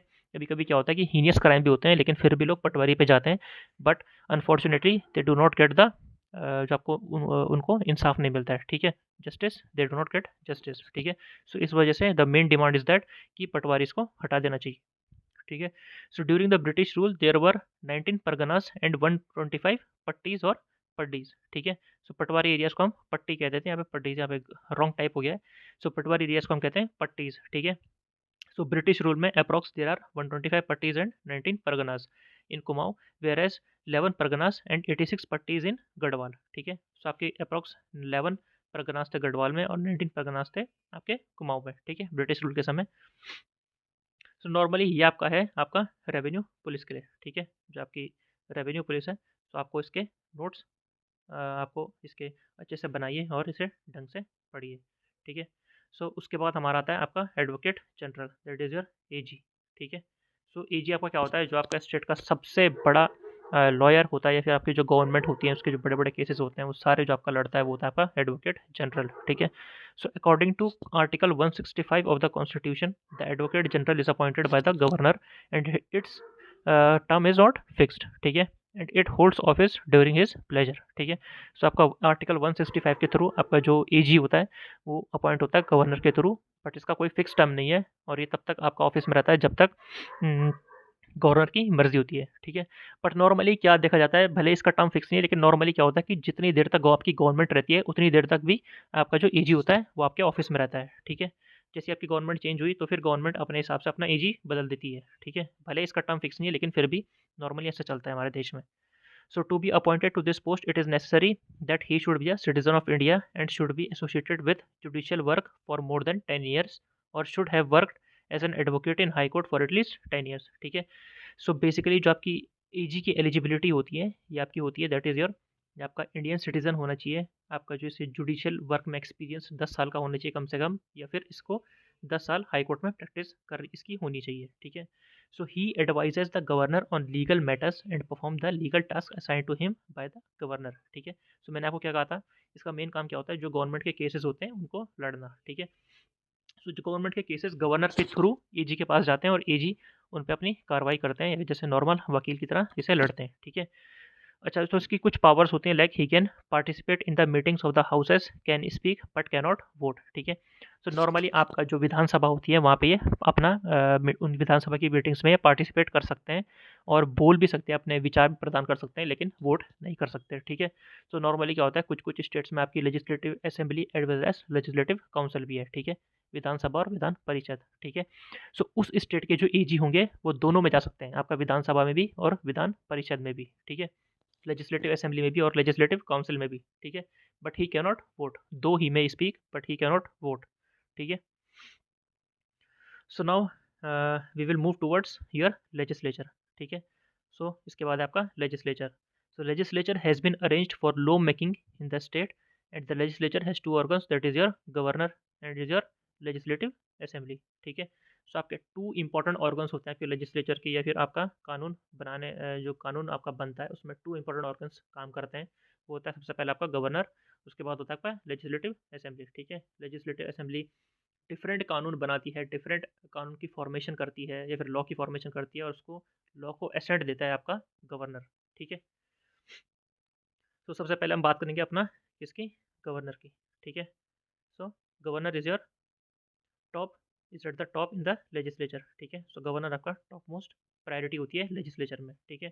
So no law can come into force without his signature, जैसे मैंने आपको कहा था, आपका जो लेजिस्लेटिव असेंबली होती है वो लॉ फॉर्मेशन करती है और आखिरी में एसेंट देता है उस आपका गवर्नर, ठीक है। So no law can come into force without his signature, and the legislative function of the governor include convening the session of the legislative assembly, adjourning or dissolving it. The governor also performs other important functions like addressing the house at the beginning of the session of the legislature, ठीक है। So ये आपके कुछ कुछ important functions है आपके governor के। सो पहला फंक्शन क्या है आपका, दैट इज़ योर आपका लेजिस्लेटिव फंक्शंस। जैसे आपका जो लेजिस्लेटिव असेंबली में उसमें आपकी जो मीटिंग होती है, तो उसमें आपका पहला सेशन होता है, तो उसमें आपका जो वेलकम सेशन या फिर आपका जो पहले सेशन में भाषण होता है वो आपका गवर्नर के थ्रू दिया जाता है, ठीक है। आपका जो सेशन होता है उसको एडजॉर्न करने या फिर उसको डिसॉल्व करने के लिए आपका जो सेशन चल रहा होता है वो आपका कौन कर सकता है, आपका गवर्नर, ठीक है। डिसॉल्व यानी ख़त्म करना, अब उसके बाद उसकी मीटिंग नहीं होगी। उसके बाद आपका जो गवर्नर होता है उसके कुछ और इंपॉर्टेंट फंक्शन होते हैं, जैसे आपका जब हाउस होता है सेशन में, जैसे आपको बताया था, उसमें आपका हाउस को एड्रेस करना या फिर वेलकम मैसेज एड्रेस करना, ठीक है। उसके बाद आपका जो बजट होता है, जब आपको बजट प्रेजेंट होता है, सो उसकी किसकी परमिशन होता है, आपका गवर्नर की परमिशन से आपका बजट प्रेजेंट होता है, ठीक है। उसके बाद आपका क्या होता है, deciding the disqualification of the members, ठीक है। कभी क्या होता है कि किसी भी मेंबर्स के ऊपर कुछ आरोप लगता है, फिर कुछ उसके खिलाफ मोशन चलता है उसको हटाने के खिलाफ, सो उसको कौन देखता है, आपका गवर्नर देखता है, ठीक है। और the reserving bills to be sent to the president and issuing ordinances in special circumstances when the house is not in session, ठीक है। सो आपका जो ऑर्डिनेंस इशू करना या फिर आपका जो बिल्स होते हैं, अगर जैसे क्या होता है कभी पार्लियामेंट ने नॉर्मल एक कानून को बनाया और उसको अपना असेंबली से पास कर दिया, ठीक है। सो फिलहाल वो आपका क्या है, बिल है। जैसे ही गवर्नर उस पर साइन करेगा तो वो आपका लॉ बन जाता है, ठीक है। लेकिन बाई चांस क्या होता है, कभी गवर्नर उस पर साइन नहीं करता, तो गवर्नर क्या करता है, उसमें प्रेसिडेंट की क्या बोलते हैं, मत मांगता है, ठीक है। प्रेसिडेंट की मत, प्रेसिडेंट का जो मत होता है उसे वो मांगता है। सो उसके बाद उसे वो प्रेसिडेंट को भेजता है, ठीक है। सो सेम वे में यहाँ पे कहा गया है, that is your reserving bills sent to the president. और कभी क्या होता है, जैसे हमारा पार्लियामेंट सेशन में नहीं होती है, फिर कभी हमारी प्रेसिडेंट रूल लगा होता है स्टेट में, तो उस टाइम हमारी क्या होती है, लेजिस्लेटिव असेंबली हमारी वर्क नहीं करती है, तो उस टाइम क्या होता है, हमारा जो ऑर्डिनेंस पास करता है गवर्नर, ठीक है। ऑर्डिनेंस क्या होता है आपका, जो नॉर्मली क्या होता है कि जब हमारी असेंबली सेशन में नहीं होती, तो कभी हमारा इमरजेंसी में कोई लॉ बनाना हो तो उसे कौन करता है, आपका गवर्नर बनाता है, तो उसको हम कहते हैं हमारा ऑर्डिनेंस, ठीक है। वो लॉ, ऑर्डिनेंस का मतलब वो लॉ जिस टाइम आपकी असेंबली या फिर आपकी पार्लियामेंट नहीं होती है सेशन में, ठीक है। सो आपका जो ऑर्डिनेंस होता है वो आपका गवर्नर बनाता है, किस आर्टिकल के थ्रू, आर्टिकल यूर 213, ठीक है, 213, ठीक है। सो ये इंपॉर्टेंट आर्टिकल्स आपको याद रखने हैं और आपके जो गवर्नर है उनके फंक्शंस भी, ठीक है। सो उसके बाद आपका लेजिस्लेटिव असेंबली, ठीक है। So legislative assembly, the structure of the legislative assembly is part the constitution under article 170, ठीक है। सो आपका जो आर्टिकल 170 है इसके अंडर आपकी लेजिस्लेटिव असेंबली बनाई गई थी, ठीक है। It is made up of members elected by the adult voters of the state, ठीक है। सो आपका जो यूनिवर्सल एडल्ट फ्रेंचाइज है, that is your above 18 years of age every Indian citizen has the right to vote. So उसके through आपका जो legislative assembly होती है वो बनाई जाती है, ठीक है। So under this article it is provided that the legislative assembly of a state can have a maximum of 500 members and the minimum of 60 members, ठीक है। सो किसी भी लेजिस्लेटिव असेंबली में, चाहे वो किसी भी स्टेट की हो, तो उसमें मैक्सिमम 500 मेंबर्स हो सकते हैं और मिनिमम उसमें एटलीस्ट 60 मेंबर्स होने ही चाहिए, ठीक है। फिर भी लेकिन कुछ कुछ एक्सेप्शंस हैं, क्योंकि हमारे कुछ कुछ स्टेट में 40 लेजिस्लेटिव असेंबली में मेंबर्स हैं, तो वहाँ पे कुछ एक्सेप्शन है। लेकिन एटलीस्ट कोई भी नया स्टेट बनता है तो उसमें कम से कम 60 मेंबर्स होने चाहिए, ठीक है। सो हमारी लेजिस्लेटिव असेंबली में कितने मेंबर्स हैं, टोटल 70 मेंबर्स, ठीक है। So it is very important point, that is your 70 members are present in the Uttarakhand Legislative Assembly, ठीक है। And the assembly members are directly elected by the adult voters of the assembly constituency, ठीक है। तो जैसे आपका 70 सीटें हैं, तो 70 सीटों में आपकी डिफरेंट 70 कॉन्स्टिट्यूएंसीज होती हैं, और उन कॉन्स्टिट्यूंसीज में आपका जो वोटर्स होते हैं वोटिंग करते हैं और अपने अपने प्रतिनिधि को चुनते हैं, फिर एमएलए को चुनते हैं, ठीक है। और वो एमएलए आपका लेजिस्लेटिव असेंबली में आते हैं और डिफरेंट डिफरेंट पार्टीज़ में डिवाइड होके अपना मेजोरिटी को प्रूव करते हैं, ठीक है। उसके बाद आपका आर्टिकल 173 के through the qualifications are prescribed for the membership of the legislative assembly are as same those prescribed for the Lok Sabha, ठीक है। सो लोकसभा के लिए जो आपकी एलिजिबिलिटी है उसके मेंबर बनने की, लोकसभा का मेंबर बनने की, सो आर्टिकल 173 के थ्रू सेम वही एलिजिबिलिटी आपकी विधानसभा की या फिर एमएलए बनने के लिए है। ठीक है। सो क्या क्या होती है आपकी, he should be a citizen of the India and he should not completed the age of 25 years of age. ठीक है। और वो कोई भी गवर्नमेंट ऑफिस ऑफ प्रॉफिट में नहीं होना चाहिए। ठीक है। सो यहाँ पे मैंने लिखा भी है that is your, he should be your citizen of India and he should be under your 25 years of, sorry, he should be more than 25 years of age. ठीक है। उसकी मिनिमम उम्र 25 ईयर्स होनी चाहिए and he should not hold any office of profit under the government of India और any other state government. ठीक है। And he should not be disqualified for being chosen as a member of the state legislative assembly under any law made by the parliament. ठीक है। किसी भी law के अंदर उसकी एलिजिबिलिटी जो है वो हिंडर नहीं होनी चाहिए। ठीक है। So these are your different eligibility to be a MLA of the state और be a member of the legislative assembly of the state. ठीक है। सो उसके बाद after being elected as the member of the legislative assembly and before assuming office the governor or his representative administers the oath as per the third schedule. जैसे मैंने आपको कहा था कि गवर्नर जितनी भी जो एमएलएज होता है उनकी जो शपथ होता है किसके थ्रू सुनता है, थर्ड शेड्यूल के थ्रू। ठीक है। सो डिफरेंट डिफरेंट जो लोग इलेक्ट होके आएंगे, आपके एमएलएज इलेक्ट होके आएंगे, सो अपनी ओथ वो एडमिनिस्टर करते हैं आपके गवर्नर के प्रेजेंस में अंडर योर थर्ड शेड्यूल। ठीक है। So normally the term of the legislative assembly is 5 years. ठीक है। सो आपका जो लेजिस्लेटिव असेंबली का टर्म कितना होता है, नॉर्मली 5 साल होता है। ठीक है। But in the case of enforcement of the proclamation of national emergency the term of the legislative assembly can be extended to 1 year. ठीक है। सो कभी अगर आपकी नेशनल इमरजेंसी लगती है तो उस समय आपका इमरजेंसी में आपकी जो लोकसभा का टर्म है या फिर आप सॉरी आपका जो लेजिस्लेटिव असेंबली उसका टर्म है वो आपका 1 साल तक एक्सटेंड हो सकता है। ठीक है। But the period so extended can not continue for more than 6 months after the end of emergency. ठीक है। सो इमरजेंसी खत्म होने के बाद आपका जो पीरियड होता है उसको 6 महीने से ज़्यादा हम नहीं बढ़ा सकते। ठीक है। उसके बाद आपका विधानसभा मतलब आपका legislative assembly can B dissolved even before the completion of its 5 years. It is dissolved bye the governor on the advice of council of ministers. ठीक है। सो क्या होता है आपका जो नॉर्मल लेजिस्लेटिव असेंबली होती है उसका जो टर्म होता है 5 ईयर्स होता है, लेकिन उससे पहले भी वो डिसॉल्व हो सकती है अगर जो आपके काउंसिल ऑफ मिनिस्टर्स हैं वो गवर्नर को बोलें उसको डिसॉल्व करने को, तो उसके बाद वो आपके गवर्नर होते हैं तो वो उसको डिसॉल्व कर सकते हैं। ठीक है। सो उसके बाद आपका the Vidhan Sabha can also B dissolve in the event of the imposition of president rule in the state. ठीक है। अगर बाई चांस कभी आपका प्रेसिडेंट रूल लगता है स्टेट में सो उस समय भी आपका जो है विधानसभा डिसॉल्व हो सकती है। ठीक है। सो आपका जो प्रेसिडेंट रूल था किस आर्टिकल के थ्रू लगता है, आपका आर्टिकल 356 एंड आर्टिकल 365। ठीक है। सो आपके दो आर्टिकल हैं जो आप किसके थ्रू आपका विधानसभा का सॉरी आपके विधानसभा में या फिर आपके स्टेट में प्रेसिडेंट रूल लगता है। ठीक है। सो बेसिकली यहाँ पे दो आर्टिकल है आपका 356 एंड 365। ठीक है। सो आपका जो 356 है उसमें आपका क्या होता है, आपका गवर्नर एडवाइस करता है आपके प्रेसिडेंट को कि आप यहाँ पे प्रेसिडेंट रूल लगा दीजिए। ठीक है। या फिर जो आपका 365 है, 356 में आपका गवर्नर एडवाइस करता है और 365 में आपका जो प्रेसिडेंट होता है वो खुद ब खुद या फिर आपकी सेंट्रल गवर्नमेंट जो होती है वो खुद ब खुद प्रेसिडेंट के थ्रू आपका प्रेसिडेंट रूल आपके स्टेट में लगा देती है। ठीक है। सो आपको ये याद रखना है दो आर्टिकल है आपके जो प्रेसिडेंट रूल के 356 एंड 365। ठीक है। एंड दोनों में डिफरेंस भी मैंने आपको बता दिया है, it is very important point. अच्छा उसके बाद आपका the presence of at least 110 members is mandatory for the quorum in the assembly meeting and this number should not be less than 10 under any circumstances. ठीक है। तो आपका जो कोरम होता है दैट इज योर, आपका कोई भी हाउस होता है तो जैसे मान लीजिए आपका जो असेंबली है सो आज उसका एक मोटो है या फिर उसका कोई एक मुद्दा है जिसके ऊपर वो डिस्कस करेंगे या फिर मीटिंग करेंगे या फिर वो वोटिंग करेंगे। सो उसके लिए कम से कम आपका 1/10 मेंबर होने चाहिए। ठीक है। 1/10 मतलब जैसे उत्तराखंड का एग्जांपल मान लीजिए आपका 70 मेंबर है तो 70 में से 1/10 कितना हुआ आपका 7 मेंबर्स। ठीक है। सो आपके नॉर्मली उत्तराखंड में आपके 7 एमएलए जो है कम से कम वो होने चाहिए आपके असेंबली में प्रेजेंट आपका किसी भी प्रोसीडिंग को फॉरवर्ड करने के लिए या फिर शुरू करने के लिए। ठीक है। But there is one condition कि कम से कम जो आपका नंबर है वो 10 से नीचे नहीं होना चाहिए। ठीक है। सो आपका जो हमारा उत्तराखंड में 7 नंबर होगा वो आपका एलिजिबल नहीं होगा। ठीक है। आपका 7 नंबर जो है एलिजिबल नहीं होगा। क्यों नहीं होगा? क्योंकि वो आपका 10 से छोटा है। ठीक है। सो कम से कम 10 होनी चाहिए, जैसे हमारा उत्तराखंड में तो वहाँ पे आपके 1/10 मेंबर हो गए, आपके 7th हो गए, लेकिन it is less than your 10 members. So आपका क्या होगा फिर, कम से कम 10 मेंबर्स आपके होने ही चाहिए आपके किसी भी कोरम को परफॉर्म करने के लिए। ठीक है।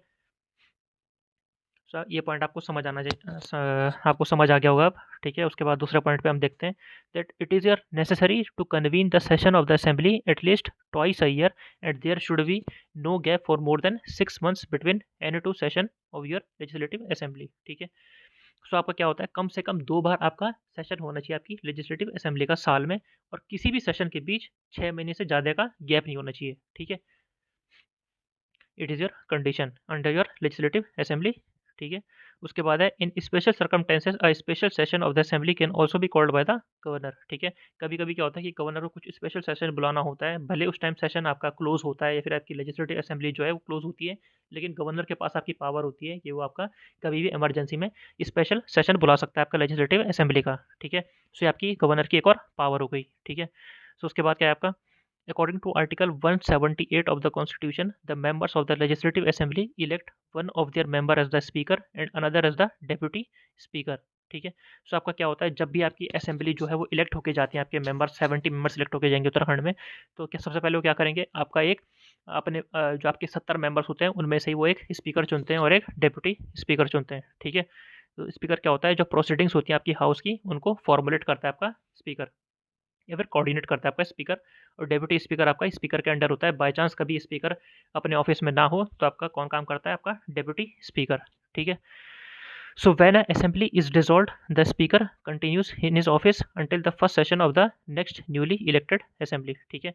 सो आपका जब असेंबली डिसॉल्व हो जाती है, जैसे मान लीजिए एक असेंबली अभी नॉर्मल चल रही है, वहाँ पे एक स्पीकर है, एक डेप्यूटी स्पीकर है, एक सीएम है, एक गवर्नमेंट है, ठीक है।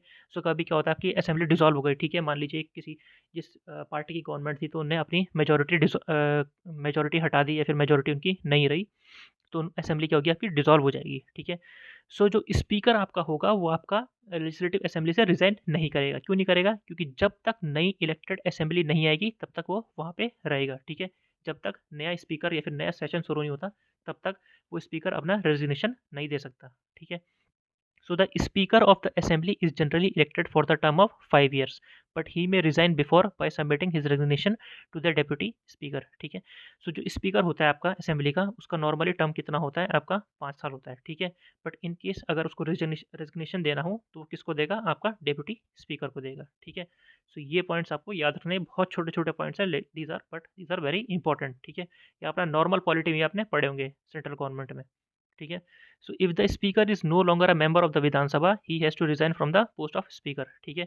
अगर बाई चांस कभी क्या होता है कि अगर वो विधानसभा का मेंबर नहीं है आपका जो स्पीकर है, क्योंकि एटलीस्ट वो भी एक एमएलए है, वो भी इलेक्ट हो गया है, बट बाई चांस किसी रीज़न से वो आपका विधानसभा का मेंबर नहीं है, तो उसको आपको स्पीकर से भी आपको रेजिग्नेशन उसको देना पड़ेगा, ठीक है। उसके बाद आपका apart from this the speaker can also be removed by proposal of the majority of the then members of the Vidhan Sabha, ठीक है। आपका जो स्पीकर होता है वो आपका वैसे भी नॉर्मली भी रिमूव हो सकता है, अगर आपके जो विधानसभा में मेंबर्स होते हैं अगर उनकी मेजॉरिटी बोलती है कि स्पीकर रिमूव होना चाहिए, तो नॉर्मली आपका स्पीकर भी तब भी रिमूव हो सकता है, ठीक है। But before presenting such a proposal it is mandatory to give 14 day notice to the speaker, ठीक है। When a proposal is presented against the speaker, ठीक है। सो जब कभी भी स्पीकर के रिमूवल के लिए वोटिंग शुरू होगी तो उससे 14 दिन पहले उसको एक नोटिस देना होता है स्पीकर को, ठीक है। ये उसके खिलाफ एक प्रोसीडिंग चलेगी, फिर उसके रिमूवल के खिलाफ एक प्रोसीडिंग चलेगी, ठीक है। When a proposal is presented against the speaker does not preside over that meeting, but he takes part in it. He has the full right to participate and vote, ठीक है। सो क्या होता है, जब भी प्रपोजल या फिर जब भी वोटिंग चलती है स्पीकर को हटाने के लिए, तो वहाँ पे जो स्पीकर होता है वो आपकी जो असेंबली होती है उसको प्रेसाइड नहीं कर सकता, ठीक है। बट वो आपका उस असेंबली में पार्ट ले सकता है, अपना मत दे सकता है, अपना वोट कर सकता है, बट क्या करते हैं वो आपका प्रेसाइड नहीं कर सकता, ठीक है। So this is all about your speaker, ठीक है। अच्छा, उसके बाद आपका नंबर ऑफ असेंबली मेंबर्स, ठीक है।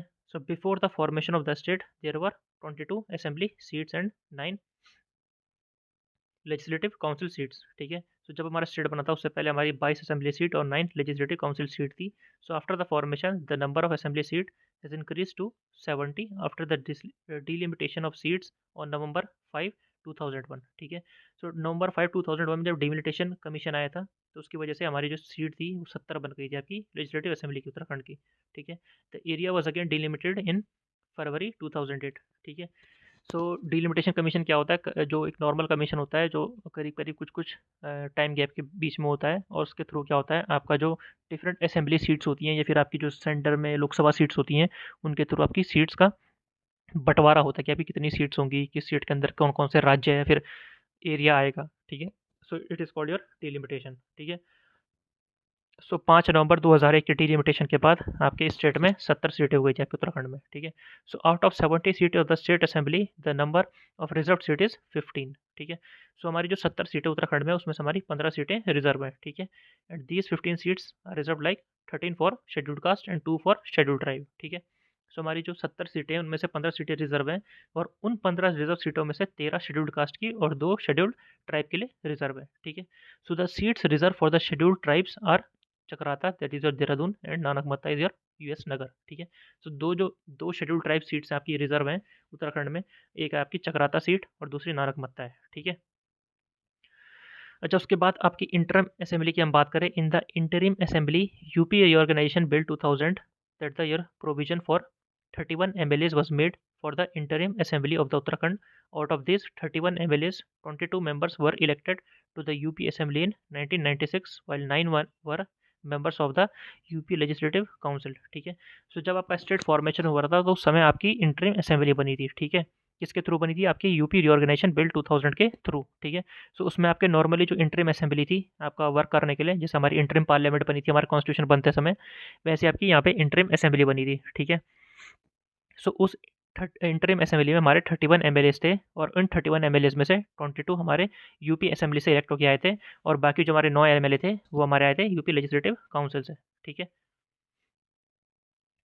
उसके बाद as BJP had the majority and interim government was formed under its leadership on 9 November 2000, and the governor Surjit Singh Barnala administered the oath to Nityanand Swami as the first chief minister of the state. ठीक है, and the interim cabinet has 9 cabinet ministers including the chief minister and 4 minister of the state. ठीक है, तो सबसे पहले जो आपकी interim assembly थी उसमें आपकी बीजेपी की मेजोरिटी थी, सो इस वजह से 9 नवंबर 2000 में आपके जो फर्स्ट गवर्नर बने थे उत्तराखंड के, that is your Surjit Singh Barnala, उन्होंने किसको ओथ दिलाई थी आपके फर्स्ट सीएम के रूप में, आपका नित्यानंद स्वामी को, जो आपके बने थे first CM of the state. ठीक है, उसके बाद आपकी इंटरिम कैबिनेट बनी थी जिसमें से आपके 9 कैबिनेट मिनिस्टर थे, जिसमें आपके चीफ मिनिस्टर इंक्लूडेड थे। ठीक है, उन 9 में आपके एक चीफ मिनिस्टर हो गया, और बाकी 8 आपके डिफरेंट कैबिनेट मिनिस्टर थे, और 4 आपके मिनिस्टर ऑफ स्टेट थे। ठीक है, टोटल कितने हो गए, 13।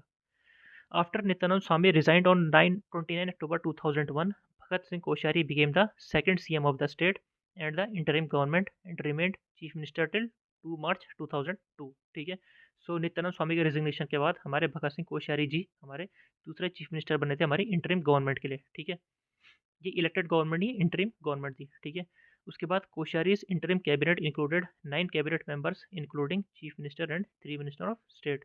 ठीक है, सो यहाँ पे आपके 9 कैबिनेट मिनिस्टर थे इंक्लूडिंग योर चीफ मिनिस्टर, और 3 मिनिस्टर ऑफ स्टेट थे, टोटल 12 थे। उसके बाद Prakash Pant was made the speaker of the interim assembly. ठीक है, जो आपकी इंटरिम गवर्नमेंट थी उसमें आपके स्पीकर कौन बने थे, आपके प्रकाश पंत। ठीक है, and the first session began on 9 January 2001। ठीक है, आपका 9 जनवरी 2001 को हमारा असेंबली का पहला सेशन होता है उत्तराखंड असेंबली का। ठीक है, उसमें आपके स्पीकर कौन थे, प्रकाश पंत थे। ठीक है, अच्छा, अब बात करेंगे हम अपने फर्स्ट इलेक्टेड असेंबली की। ठीक है, सबसे पहले जो हमारी इलेक्टेड असेंबली बन के चुन के आई थी। ठीक है, so first assembly elections in the state were held on 14 मार्च 2002। ठीक है, डेट आपको याद नहीं, that is very important fact, that is 14 मार्च 2002 का आपके फर्स्ट असेंबली इलेक्शन हुए थे स्टेट में। On March 2002 Congress MP Narayan Dutt Tiwari was sworn in as the chief minister of the first elected government of the state. ठीक है, so who is your first CM of the state, is your Nityanand Swami, but Narayan Dutt Tiwari is your first chief minister as the elected chief minister of your state. That is your, अगर 2 question आपके बन सकते हैं, that is your first CM of the state वो आपके नित्यानंद स्वामी। ठीक है, दूसरा क्वेश्चन आपका क्या बनेगा, first elected CM of the state that is your Narayan Dutt Tiwari. ठीक है, क्यों इलेक्टेड सीएम थे, क्योंकि इलेक्ट होके आए थे, आपका चुन के आए थे, वोटिंग होके आए थे। ठीक है, कब, 14 फरवरी 2002 में वोटिंग हुई थी, और 2 मार्च 2002 को आपका नारायण दत्त तिवारी जी आपके सीएम बने थे, first elected CM of the state and second CM of the state, sorry third CM of the state normally. So only 4 women, that is 2 each from BJP and Congress, are represented in this assembly. ठीक है, तो first assembly election जो आपके हुए थे उसमें आपके केवल 4 वुमेन इलेक्ट होकर आई थी, जिसमें से 2 बीजेपी और 2 कांग्रेस की थी। ठीक है, and the Yashpal Arya was made the speaker of the legislative assembly. ठीक है, तो आपके यशपाल आर्या जी हैं, वो आपके स्पीकर बने थे आपकी लेजिस्लेटिव असेंबली के। ठीक है, not talking about your second legislative second elected assembly. तो जब दूसरी बार आपके इलेक्शन होके आए थे, उस समय आपका इलेक्शन हुआ था आपका फरवरी 2007 में, दैट इज 21 फरवरी 2007 में आपका इलेक्शन हुआ था। और इसमें भी आपकी जो 4 वुमेन्स थी आपकी इलेक्ट हो गई थी। ठीक है, on March 2007 BJP's Bhuvan Chandra Khanduri has been sworn as the second elected CM of the state. ठीक है, सो आपके जो दूसरे इलेक्टेड सीएम थे वो कौन थे आपके, भुवन चंद्र खंडूरी। ठीक है, कब इलेक्ट हो गया था ये, आपका मार्च 2007 में। ठीक है, सो स्पीकर कौन बना था आपका, स्पीकर उस टाइम बने थे आपके हरबंश कपूर। ठीक है, सो सेकंड असेंबली जो आपकी थी उसमें आपके हरबंश कपूर स्पीकर थे और सीएम थे आपके भुवन चंद्र खंडूरी। ठीक है, उसके बाद आपका थर्ड असेंबली, जब थर्ड इलेक्टेड असेंबली आपकी इलेक्ट होकर आई थी, so so the voting for third assembly was held on 3 January 2012। ठीक है, सो 30 जनवरी 2012 को आपका थर्ड असेंबली इलेक्शन हुआ था। This time 5 women won the election. ठीक है, सो इससे पहले आपकी 4 वुमेन्स आ रही थी, नाउ आपकी 5 वुमेन्स इलेक्ट होकर आई थी। Govind Singh Kunjwal of Congress was elected as the speaker of the assembly. ठीक है, आपके स्पीकर कौन थे असेंबली के, आपके गोविंद सिंह कुंजवाल। ठीक है, जो कांग्रेस पार्टी के थे। और आपके Congress MP Vijay Bahuguna became the 7th chief minister of the state. ठीक है, 13 मार्च 2012 को आपके जो विजय बहुगुणा जी थे वो 7th chief minister of state बने थे। बट कुछ इंटरनल कलेश की वजह से, फिर इंटरनल कुछ मैटर हुए थे जिस वजह से जो बहुगुणा जी थे उन्होंने रिजाइन कर दिया था आपका 31 जनवरी 2014 को। ठीक है, तो उसके बाद बने आपके मिस्टर हरीश सिंह रावत। ठीक है, उसके बाद आपके हरीश रावत बने थे chief minister of the state on 1 फरवरी 2014। ठीक है, और आपके जो हरीश रावत हैं वो बने थे आपके 8th chief minister of the state. ठीक है, उसके बाद आपका फोर्थ इलेक्टेड असेंबली जब हुआ था, चौथी बार जब आपका इलेक्शन हुआ था, उस समय आपका ओके, जो आपका फोर्थ असेंबली इलेक्शन हुआ था वो आपका हुआ था, कब हुआ था, 15 फरवरी से मार्च 2017 तक। ठीक है, सो उसका रिजल्ट आया था आपका 11 मार्च 2017 में। ठीक है, सो उस समय भी आपकी जो 3 वुमेन्स थी, 3 बीजेपी और 2 कांग्रेस से इलेक्ट होकर आई थी। और मार्च 2017 में आपका जो त्रिवेंद्र सिंह रावत थे, जो आपका खैरगढ़ पौड़ी सीट से लड़ रहे थे, उन्होंने वो बने थे आपके 9th chief minister of the state. ठीक है, आपके कौन, त्रिवेंद्र सिंह रावत।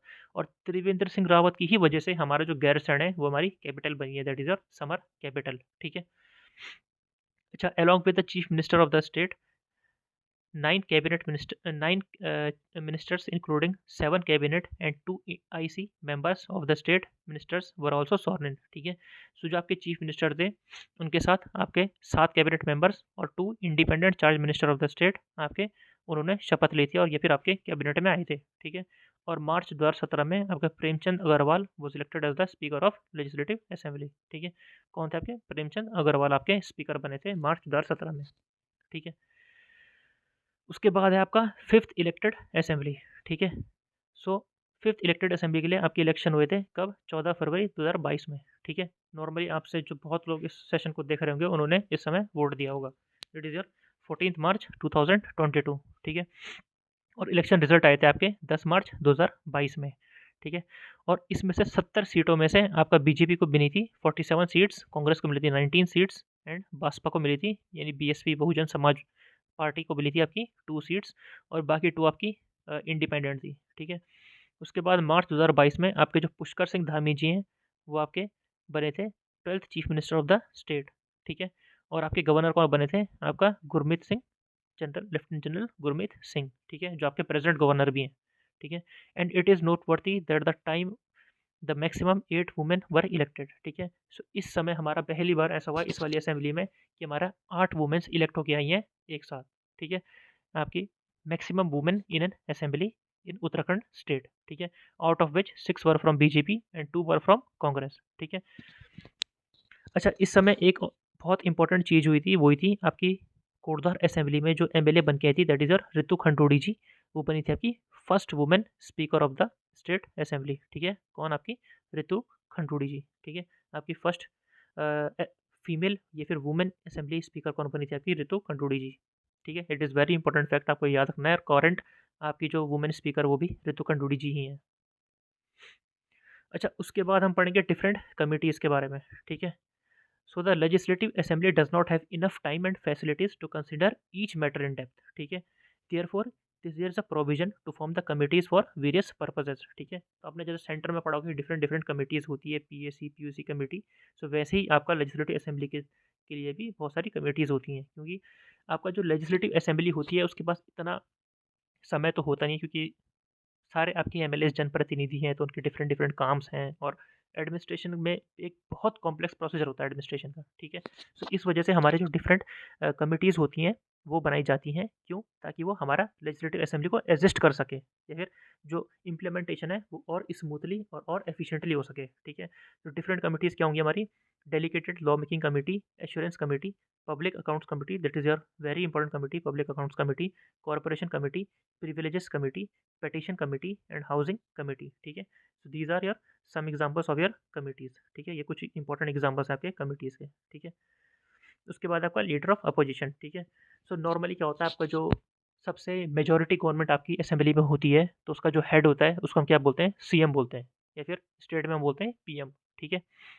लेकिन आपकी जो मेजॉरिटी गवर्नमेंट के बाद दूसरी मेजॉरिटी गवर्नमेंट जिसके पास होती है, यानी दूसरे नंबर पे सबसे ज़्यादा एमएलए जिस गवर्नमेंट के पास होंगे, सो उसका जो सबसे हेड आदमी होगा, या फिर उसका जो हेड होगा उस गवर्नमेंट का, वो होता है हमारा नॉर्मली लीडर ऑफ अपोजिशन, ठीक है। सो आपका जो लीडर ऑफ अपोजिशन होता है, इसको फैसिलिटीज़ आपके कैबिनेट सेक्रेटरी, या फिर आपको जो कैबिनेट मिनिस्टर होता है, या फिर काउंसिल मिनिस्टर्स होता है, उसकी बराबर में आपको लीडर ऑफ अपोजिशन को फैसिलिटीज़ मिलती हैं, ठीक है।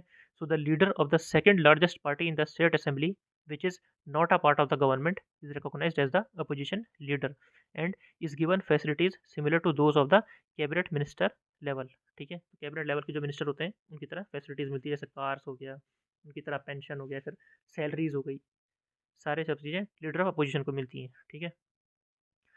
उसके बाद आपका सेक्रेटेरिएट, ठीक है। सेक्रेटेरिएट क्या होता है आपका?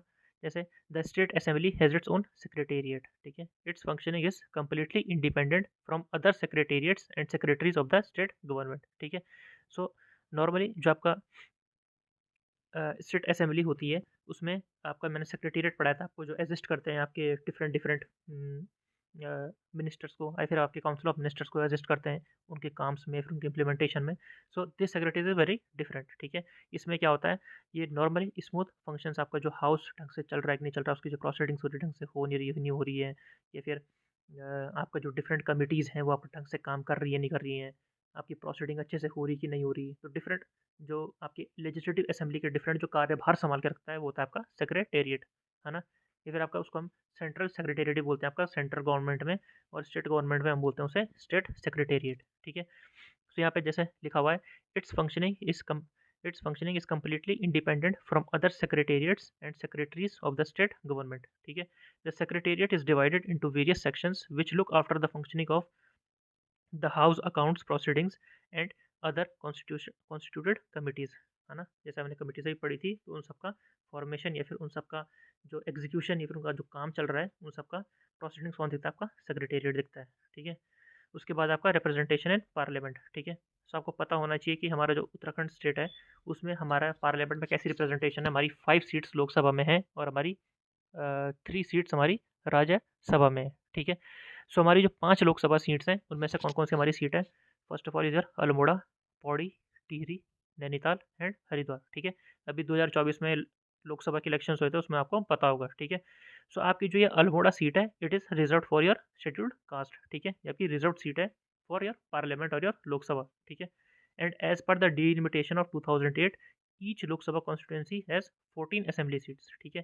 सो हमारी जो नॉर्मल हमारे स्टेट में है, एक लोकसभा कॉन्स्टिट्यूंसी के लिए हमारी 14 असेंबली सीट है। जैसे मान लीजिए हमारी असेंबली में 70 सीटें हैं और हमारी लोकसभा में 5 सीटें हैं, ठीक है। तो 5 इंटू 14 इज़ योर 14 5 जा 70, ठीक है। तो हमारी टोटल असेंबली में 70 सीट्स हैं, तो 70 हमारी 14 सीट्स को बांट के हमारी 5 लोकसभा सीट्स बन जाती हैं, ठीक है।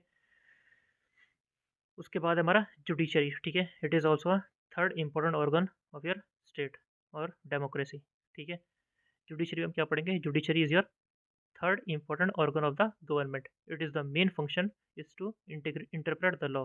ठीक है, इसका मेन काम क्या होता है, आपका लॉ को इंटरप्रेट करना। ठीक है, it controls the legislature and the executive to the extent that these bodies start working beyond the legislation and the constitution। ठीक है, सो मेन काम जुडिशरी क्या होता है, आपके लॉ को इंटरप्रेट करना, या फिर कॉन्स्टिट्यूशन को इंटरप्रेट करना, या फिर आपका जो लेजिस्लेचर है या फिर आपका एग्जीक्यूटिव है, इन दोनों का स्मूथ फंक्शनिंग के लिए, या फिर इन दोनों को फटकारा लगाना है, फिर इन दोनों के एडवाइस करना है, कुछ भी करना, वो क्या कौन करता है, आपका जुडिशरी। ठीक है, इन दोनों में बैलेंस बना के रखता है। ठीक है, so judiciary is called the protector of the rights of citizen and the vigilant guard of the constitution. ठीक है, सो हमारा जो सिटीजन्स के राइट होते हैं उनका प्रोटेक्टर कौन होता है, आपका जुडिशरी होती है, और हमारा जो कॉन्स्टिट्यूशन होता है उसका गार्ड या फिर उसका रखवाला हम किसे कहते हैं, हमारी जुडिशरी को कहते हैं। ठीक है, so there is a high court at the top of the judicial administration in the state. ठीक है, सो हमारा जुडिशियल जो एडमिनिस्ट्रेशन होता है उसमें सबसे बड़ा होता है हमारा हाई कोर्ट किसी भी स्टेट में। ठीक है, and there are many subordinate courts under the control of the high court. ठीक है, such as district court, family court, state legal services authority and legal services committees. ठीक है, सो हाई कोर्ट के अंदर आपके डिस्ट्रिक्ट कोर्ट आते हैं, session court आते हैं, फैमिली कोर्ट आते हैं, डिफरेंट डिफरेंट अथॉरिटीज आती हैं। ठीक है, so it is all about your judiciary in your state. उसके बाद आपका सबसे पहले हाई कोर्ट। ठीक है, so high court is your under article 214। ठीक है, so under article 214 of the constitution provision has been made for a high court for each state. ठीक है, एक स्टेट में एक हाई कोर्ट होगा, या फिर हर एक स्टेट का एक हाई कोर्ट होना ही चाहिए, भले एक हाई कोर्ट दो दो स्टेट का हो, लेकिन हर एक स्टेट के लिए कोई ना कोई हाई कोर्ट होना चाहिए। ठीक है, under article 214। According to this article, on 9 November 2000, Uttarakhand High Court was established in Nainital as the 20th High Court of the country। ठीक है, सो नैनीताल हाई कोर्ट, हमको आपको पता होगा हमारा जो हाई कोर्ट है वो हमारा नैनीताल में है। सो 9 नवंबर 2000 जिस दिन हमारा स्टेट बना था उसी दिन हमारा हाई कोर्ट भी बना था नैनीताल में, and it is our 20th high court of the country. ठीक है, under article 127 the high court has full power of superintendence over the other court and judicial authorities of the state. ठीक है, सो बाकी different जो courts हैं फिर judicial authorities हैं, उन सब का हेड कौन है, हमारा हाई कोर्ट है। ठीक है, and it has the different powers to control them. ठीक है, at present the sanctioned strength of the जजेस in the state high court is 11। ठीक है, सो जो डिफरेंट डिफरेंट आपके हाई कोर्ट होते हैं उनमें डिफरेंट डिफरेंट स्ट्रेंथ होती है। सो हमारे उत्तराखंड के जो हाई कोर्ट है या फिर नैनीताल हाई कोर्ट है उसमें कितनी सैंक्शनड स्ट्रेंथ है करंटली, दैट इज योर 11। ठीक है, so the first chief justice of the state high court was justice Ashok Abhayankar Desai. ठीक है, आपके जो अशोक देसाई थे वो आपके पहले चीफ जस्टिस है आपके नैनीताल हाई कोर्ट के। ठीक है, और पहले रजिस्ट्रार कौन थे आपके, GCM रावत जी। ठीक है, उसके बाद आपका ट्रैक कोर्ट्स। ठीक है, सो आपके जो फास्ट ट्रैक कोर्ट्स होते हैं, आपके जो नॉर्मल केसेस कभी पेंडिंग्स होते हैं तो उसके लिए आपके फास्ट ट्रैक कोर्ट बनाए जाते हैं। उसमें आपकी जो नॉर्मल कोर्ट्स होती हैं वो बहुत फास्टली आपके केसेस को सॉल्व करती हैं। ठीक है, तो उनको हम फास्ट ट्रैक कोर्ट्स कहते हैं। ठीक है, so the fast track courts were set up and the Lok Adalat have also been arranged in the state which help people to resolve their issues. ठीक है, काम क्या होता है इनका, लोक अदालत या फिर फास्ट ट्रैक कोर्ट का, आपका जल्दी से इंसाफ मिले ताकि लोगों को। The government has established Uttarakhand Legal Aid and Counseling Board for the management and operation of लोक अदालत। ठीक है, सो हमारे जो स्टेट में लोक अदालत हैं उनके मैनेजमेंट या फिर उनके जो ऑपरेशन या फिर उनका कार्यभार संभालने के लिए हमारे उत्तराखंड में Uttarakhand legal aid and counselling board बना है। ठीक है, so under the state's panchayati raj act, Nyaya panchayat have also been formed in some cases, can hear cases up to 500 rupees. ठीक है, सो आपका जो हमारे स्टेट में पंचायती राज इंस्टीट्यूशन है उसमें आपका जो नगर पंचायत होती है, सो वहाँ पे आपका न्याय पंचायत भी बनाई गई है, जो आपके केसेस सुनती है अप्रॉक्स अबाउट ₹500 तक के जो केसेस होते हैं वो आपको कौन सुनता है, आपका नगर पंचायत सुन सकती है। ठीक है, उसके बाद आपका लोकायुक्त। ठीक है, सो लोकायुक्त नॉर्मली आपका काम करता है आपका करप्शन से रिलेटेड। ठीक है, so to investigate the complaints and allegation of the misuse of power, corruption and misconduct in the state administration and to send recommendation to the state government in this regard. ठीक है, काम क्या होता है इसका, so different different जो complaints आती है हमारे किसी भी ऑफिसर्स के खिलाफ, सो आपका लोकायुक्त उसको रिजॉल्व करता है या फिर सुनता है। ठीक है, in this, all ministers, including the chief ministers, MLAs, and all the public servants, including IS, have been brought under the ambit of investigation। ठीक है, सो लोकायुक्त के अंडर जो लॉ आते हैं उनके थ्रू वो किसी के ऊपर भी इन्वेस्टिगेशन कर सकते हैं, चाहे वो आपका चीफ मिनिस्टर हो, आपका कैबिनेट मिनिस्टर हो, आपका कैबिनेट सेक्रेटरी हो, या फिर कोई भी सीनियर मोस्ट IS हो। ठीक है, this is the power of your Lokayukta. ठीक है, सो लोकायुक्त में जो ऑर्गेनाइजेशन होती है वो कैसी होती है आपकी, फर्स्ट ऑफ ऑल इसमें आपका एक चेयरमैन होता है, ठीक है, चेयरमैन अलॉन्ग विथ 5 मेंबर्स, ठीक है, और कभी कभी आपका 7 मेंबर्स एज पर रिक्वायरमेंट, ठीक है। नॉर्मली आपका चेयरमैन के साथ 5 मेंबर्स होते हैं, बट कभी कभी 7 मेंबर्स भी होते हैं, कभी रिक्वायरमेंट के हिसाब से। और इन जो टोटल मेंबर्स हैं इसमें से आधे मेंबर्स आपके लीगल बैकग्राउंड के होने चाहिए, ठीक है, जिनको 20 ईयर्स का एक्सपीरियंस हो कम से कम, ठीक है। और बाकी जो आधे मेंबर्स हैं उन्हें कम से कम 20 साल का एक्सपीरियंस हो, किस चीज़ में, पब्लिक सर्विस में, इन्वेस्टिगेशन में, विजिलेंस में, एंटी करप्शन में, गवर्नेंस में, जर्नलिज्म में, या फिर फाइनेंशियल मैनेजमेंट में, ठीक है। So these are the conditions of your members to be elected as the look in the Lokayukta organisation, ठीक है। उसके बाद आपका पंचायती राज सिस्टम, ठीक है, it is very important and it depends on the state to state, ठीक है। So panchayati raj system in your Uttarakhand state, ठीक है।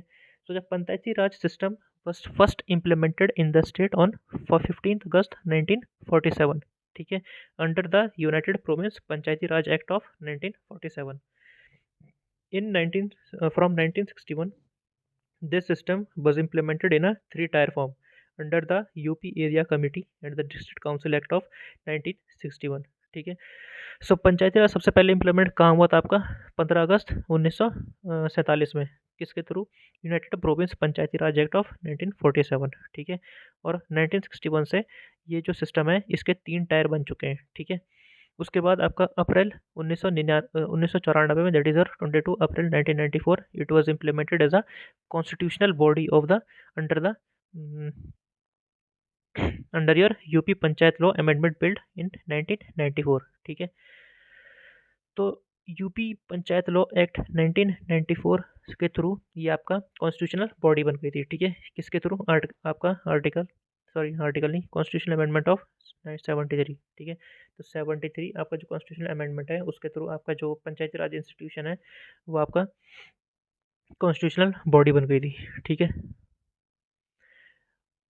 So the state government has constituted Panchayati Raj directorate and district panchayat monitoring cell for the strengthening of Panchayati Raj institution and effect monitoring of development works, ठीक है। So जो state government है उसने आपका पंचायती राज डायरेक्टरेट बनाया है और आपका डिस्ट्रिक्ट पंचायत मॉनिटरिंग सेल बनाया है, किसका, ताकि आपके जो पंचायती राज इंस्टीट्यूशन है वो ढंग से और स्मूथली वर्क कर सके, ठीक है। As per the panchayat act passed in the March 2008, reservation for women in the panchayat has increased from 33% to 50%, ठीक है। तो आपका जो वुमेन का रिजर्वेशन है मार्च 2008 के बाद वो 33% से 50% हो गया हमारे स्टेट में, ठीक है, उत्तराखंड में।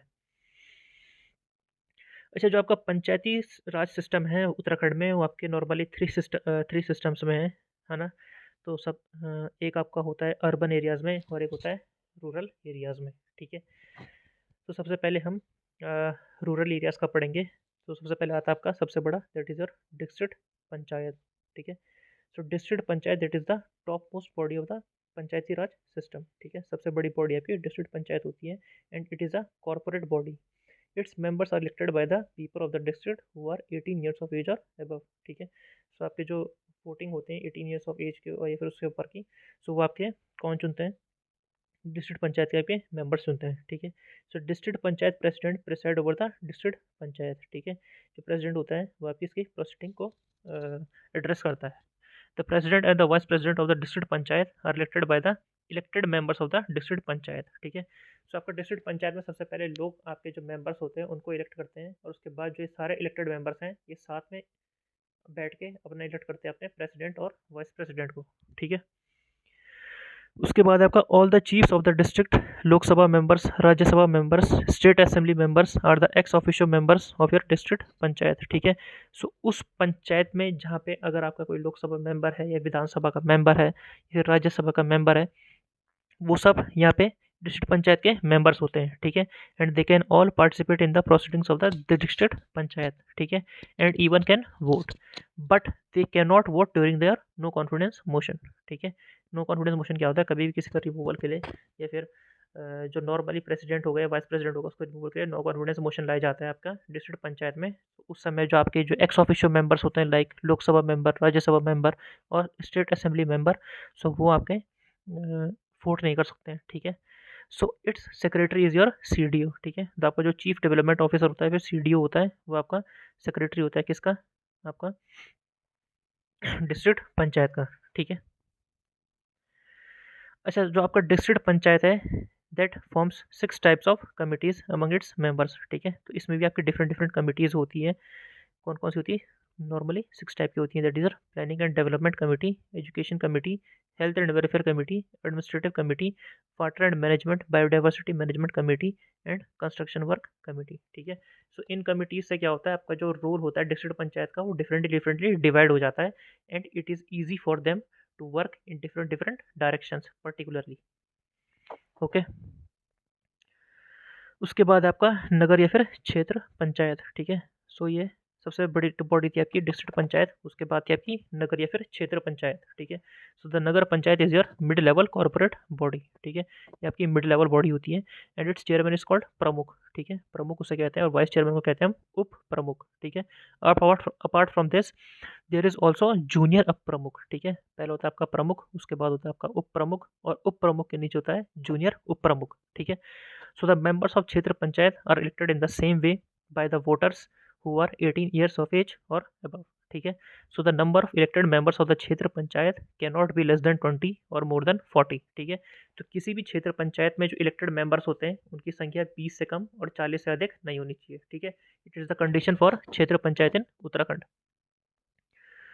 उसके बाद आपका इट्स प्रेसिडेंट या फिर जो प्रमुख होता है इसका प्रेसिडेंट जिसको हम कहते हैं and vice president that is deputy प्रमुख या फिर उप प्रमुख are elected by the elected members of the क्षेत्र पंचायत। ठीक है, जैसे आपका डिस्ट्रिक्ट पंचायत में था आपका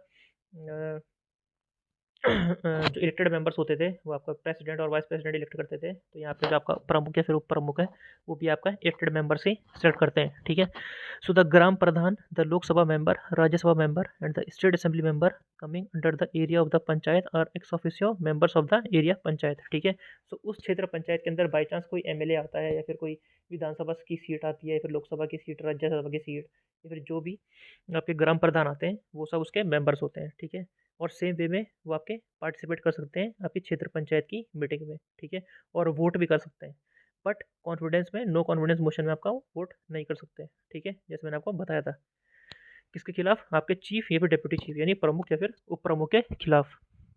उसके बाद आपका जो district panchayat members coming under the area panchayat can also participate in the area panchayat meeting as special invitees. ठीक है, तो आपके जो डिस्ट्रिक्ट पंचायत के मेंबर्स होंगे तो उनके अंडर बाय वो जिस भी क्षेत्र पंचायत के ऊपर आते होंगे तो वो भी स्पेशल इन्विटीज़ के तौर पे यहाँ पे आपका प्रोसीडिंग्स में पार्ट कर सकते हैं, बट आपका वोट नहीं कर सकते। ठीक है, लेकिन आपके जो एमएलए वगैरह थे वो वोट कर सकते थे, बट नो कॉन्फिडेंस में नहीं करते थे। लेकिन यहाँ पे क्या होता है, जो आपके डिस्ट्रिक्ट पंचायत के मेंबर्स होते हैं वो आपके वोट बिल्कुल भी नहीं कर सकते हैं फर्स्ट वे में भी। ठीक है, और आपका जो सेक्रेटरी होता है वो कौन होता है? आपका बीडीओ। ठीक है, that is your block development officer. ठीक है, and the area panchayat work as a link between the district panchayat and gram panchayat. ठीक है, सो आपका जो district panchayat that is your higher most body and gram panchayat that is your lower most body, उनके बीच का link कौन होता है? Kshetra panchayat. And your shortest body that is your gram panchayat. ठीक है, सो ग्राम panchayat is your lowest level body of the 3 tier panchayat system. ठीक है, so for the formation of gram panchayat there should be a population of at least 500 members in hilly areas and at least 10,000 and maximum at least 1000 and maximum 10,000 in plain areas. ठीक है, सो अगर आपका किसी भी area को नगर पंचायत बनाना है ग्राम पंचायत बनाना है तो कम से कम उसमें 500 लोग होने चाहिए अगर वो हिली एरिया में, और अगर प्लेन एरिया में तो कम से कम 1000 लोग और मैक्सिमम 10,000 लोग होने चाहिए। ठीक है, सो तभी वो ग्राम पंचायत में इंक्लूड होगा। ठीक है, फिर ग्राम पंचायत में कन्वर्ट होगा। So the number of members can not be less then 5 और मोर देन 15। ठीक है, सो क्षेत्र पंचायत में क्या था आपका 20 से कम और 40 से ज़्यादा नहीं होने चाहिए। इसमें क्या था 5 से कम और 15 से ज़्यादा नहीं होने चाहिए। ठीक है, so the gram panchayat members and the panchayat president that is pradhan. ठीक है, ग्राम पंचायत का प्रेसिडेंट कौन होता है? That is pradhan are elected by the voters of the 18 years of age और above in the gram sabha. ठीक है, सो आपकी जो नॉर्मल वोटिंग्स होती हैं आपके यहाँ पे ग्राम प्रधान जो होता है वो डायरेक्टली इलेक्टेड होता है। ठीक है, और आपके जो बाकी ग्राम पंचायत के मेंबर्स होते हैं वो भी डायरेक्टली इलेक्टेड होते हैं। ठीक है, सो लेकिन आपका जो क्षेत्र पंचायत या फिर डिस्ट्रिक्ट पंचायत था उसमें क्या था, आपके सबसे पहले आपके जो मेंबर्स होते हैं वो इलेक्ट होते थे, उसके बाद वो सब आपस में आपके प्रमुख और उप प्रमुख या फिर प्रेसिडेंट और वाइस प्रेसिडेंट को इलेक्ट करते थे। लेकिन आपका जो ग्राम पंचायत होता है यहाँ पे आपके जो लोग होते हैं वो डायरेक्ट आपके ग्राम प्रधान अलॉन्ग विद वार्ड मेंबर्स को भी इलेक्ट करते हैं। ठीक है, और 18 ईयर से अबव होनी चाहिए आपकी वोटिंग एज के लिए, ठीक है। और जो डिप्यूटी प्रधान होता है आपका also elected by the general assembly, ठीक है। And the age to be elected as the panchayat member pradhan और deputy pradhan should be at least 21 years, ठीक है। कम से कम आपकी 21 साल उम्र होनी चाहिए अगर आपको प्रधान या फिर उप प्रधान का चुनाव लड़ना है, ठीक है।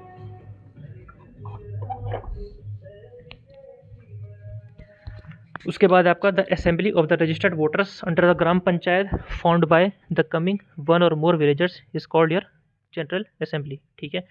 तो कभी क्या होता है, जहाँ पे ग्राम पंचायत होती है और कभी जो 1 और 2 गांव की ग्राम पंचायत को हम मिला दें तो वो बन जाती है हमारी जनरल असेंबली, ठीक है। अ ग्राम सभा हैज़ ओनली 1 ग्राम पंचायत, ठीक है। तो एक ग्राम सभा में एक ग्राम पंचायत होती है, ठीक है। नॉर्मल मतलब एक गांव को हम ग्राम सभा बोलते हैं और उनकी एक ग्राम पंचायत होगी। और अगर 1 या 2 से ज़्यादा या 1 से ज़्यादा अगर ग्राम पंचायत हम मिला लें तो वो बन जाती है आपकी जनरल असेंबली, ठीक है। और सेक्रेटरी आपका ग्राम पंचायत का कौन होता है, आपका video, that is your village development officer, जिसकी आप तैयारी कर रहे होंगे, या फिर वीपीडीओ की, ठीक है। The video looks after the work of the 5 ग्राम पंचायत, ठीक है। सो ग्राम पंचायत क्या होता है, नॉर्मली आपकी छोटी होती है, लेकिन तो इसलिए क्या होता है, आपको जो वीडियो होता है वो नॉर्मली एक टाइम में आपका 5 अप्रॉक्स 5 ग्राम सभाओं का, सॉरी ग्राम सभा नहीं, ग्राम पंचायत का काम देखता है, ठीक है। It is mandatory for the first meeting of the gram panchayat to be held within 30 days of the formation of gram panchayat, ठीक है।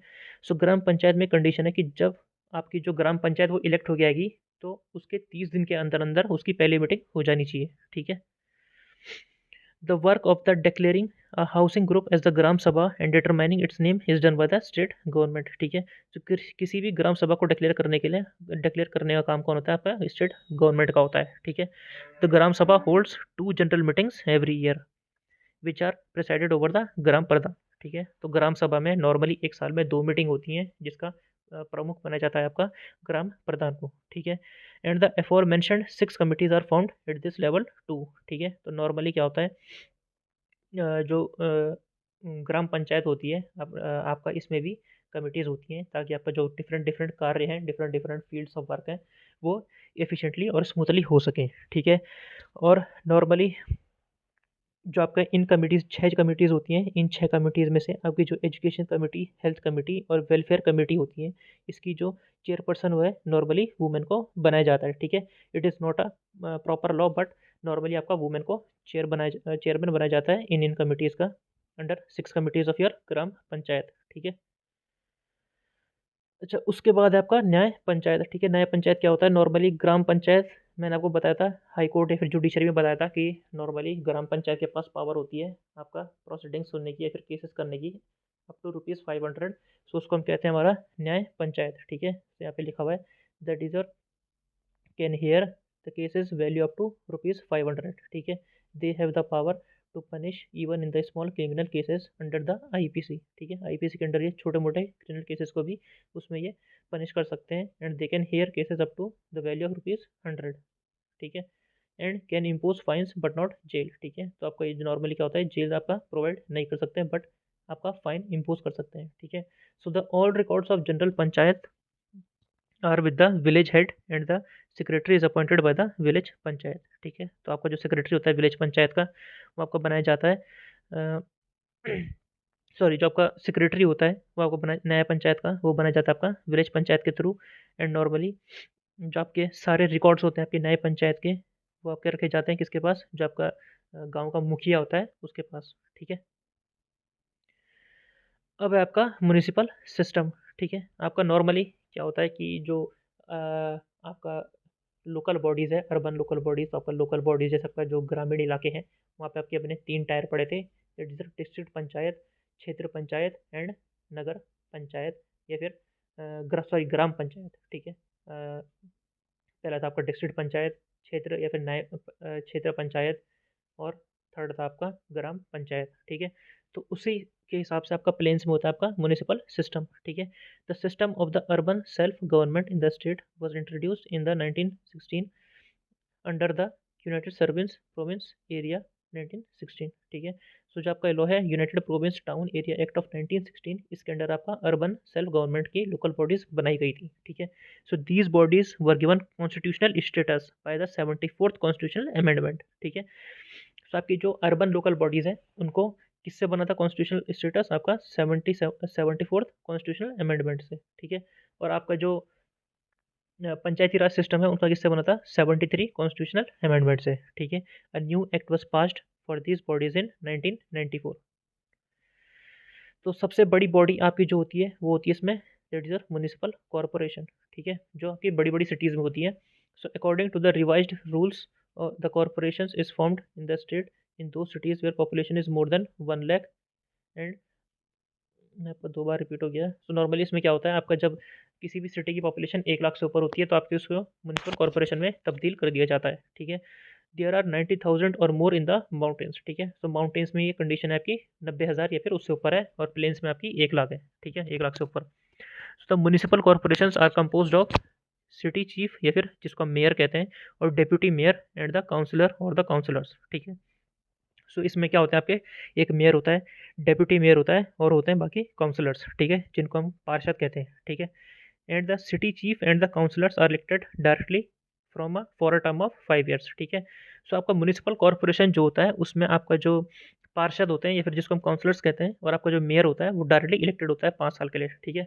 अभी आजकल आपके निकाय चुनाव चल रहे हैं तो उसमें आपका यही सबके चुनाव चल रहे हैं, ठीक है। अब आपको आप थोड़ा बहुत रिलेट कर पा रहे होंगे, ठीक है। So the election of the mayor is done indirectly, ठीक है। तो आपका जो मेयर का चयन होता है वो आपका इनडायरेक्टली होता है, ठीक है। There are 9 municipal corporation in the 9 cities of Uttarakhand, ठीक है। तो आपका जो यूके है उसमें आपके नॉर्मली 9 सिटीज़ में आपका म्युनिसिपल कॉर्पोरेशन है, ठीक है। किस किस में? आपका देहरादून में, हरिद्वार में, हल्द्वानी में, काशीपुर में, रुद्रपुर में, रुड़की में, ऋषिकेश में, कोटद्वार में और श्रीनगर में, ठीक है। And Srinagar is your latest municipal corporation, ठीक है। लेटेस्ट म्युनिसिपल कॉर्पोरेशन आपकी कौन सी है? सबसे newly municipal corporation is your Srinagar, ठीक है। And it is noteworthy that out of these Srinagar is the only municipal corporation located purely in the hilly region, ठीक है। एकमात्र म्युनिसिपल कॉर्पोरेशन है इन 9 कॉर्पोरेशन में से जो पूरी की पूरी हिली एरिया में सिचुएटेड है, ठीक है। और लेटेस्ट भी आपकी श्रीनगर ही है। उसके बाद होता है आपका म्युनिसिपल कॉर्पोरेशन के बाद होता है आपका म्युनिसिपल काउंसिल, ठीक है। ये मिड लेवल बॉडी है। So municipal council are found in cities where population is between 50,000 to 1 lakh in plains and up to 10,000 in hills, ठीक है। सो इसमें आपकी जो कंडीशन है वो क्या है, आपका प्लेन्स एरिया में 50,000 से 1 लाख के बीच में अगर पॉपुलेशन है तो फिर आपका म्युनिसिपल काउंसिल बनेगी, और आपका हिल में 10,000 के आसपास है या फिर 10,000 तक है तो आपका तब बनती है हिल एरियाज में म्युनिसिपल काउंसिल, ठीक है। So the Nagar Palika Parishad is compose of municipal chairman and the councillors were directly elected even every 5th year, ठीक है। सो आपका जो चेयरमैन और काउंसलर्स होते हैं, है ना, वो आपके हर 5 साल बाद इलेक्ट होते हैं, ठीक है। सो आपकी जो उत्तराखंड है उसमें कितनी टोटल नगर पालिका परिषद है? दैट इज 42, है ना। इसको हम नगर पालिका परिषद भी कहते हैं आपका म्युनिसिपल काउंसिल को, ठीक है। So the first municipal council of the state is your Mussoorie, ठीक है। It is very important point, ये आपको याद रखना है। That is your first municipal council of the state was your Mussoorie, ठीक है। उसके बाद आपका नगर पंचायत, ठीक है। So nagar panchayat is your lowest most body in your upper local urban local bodies, ठीक है।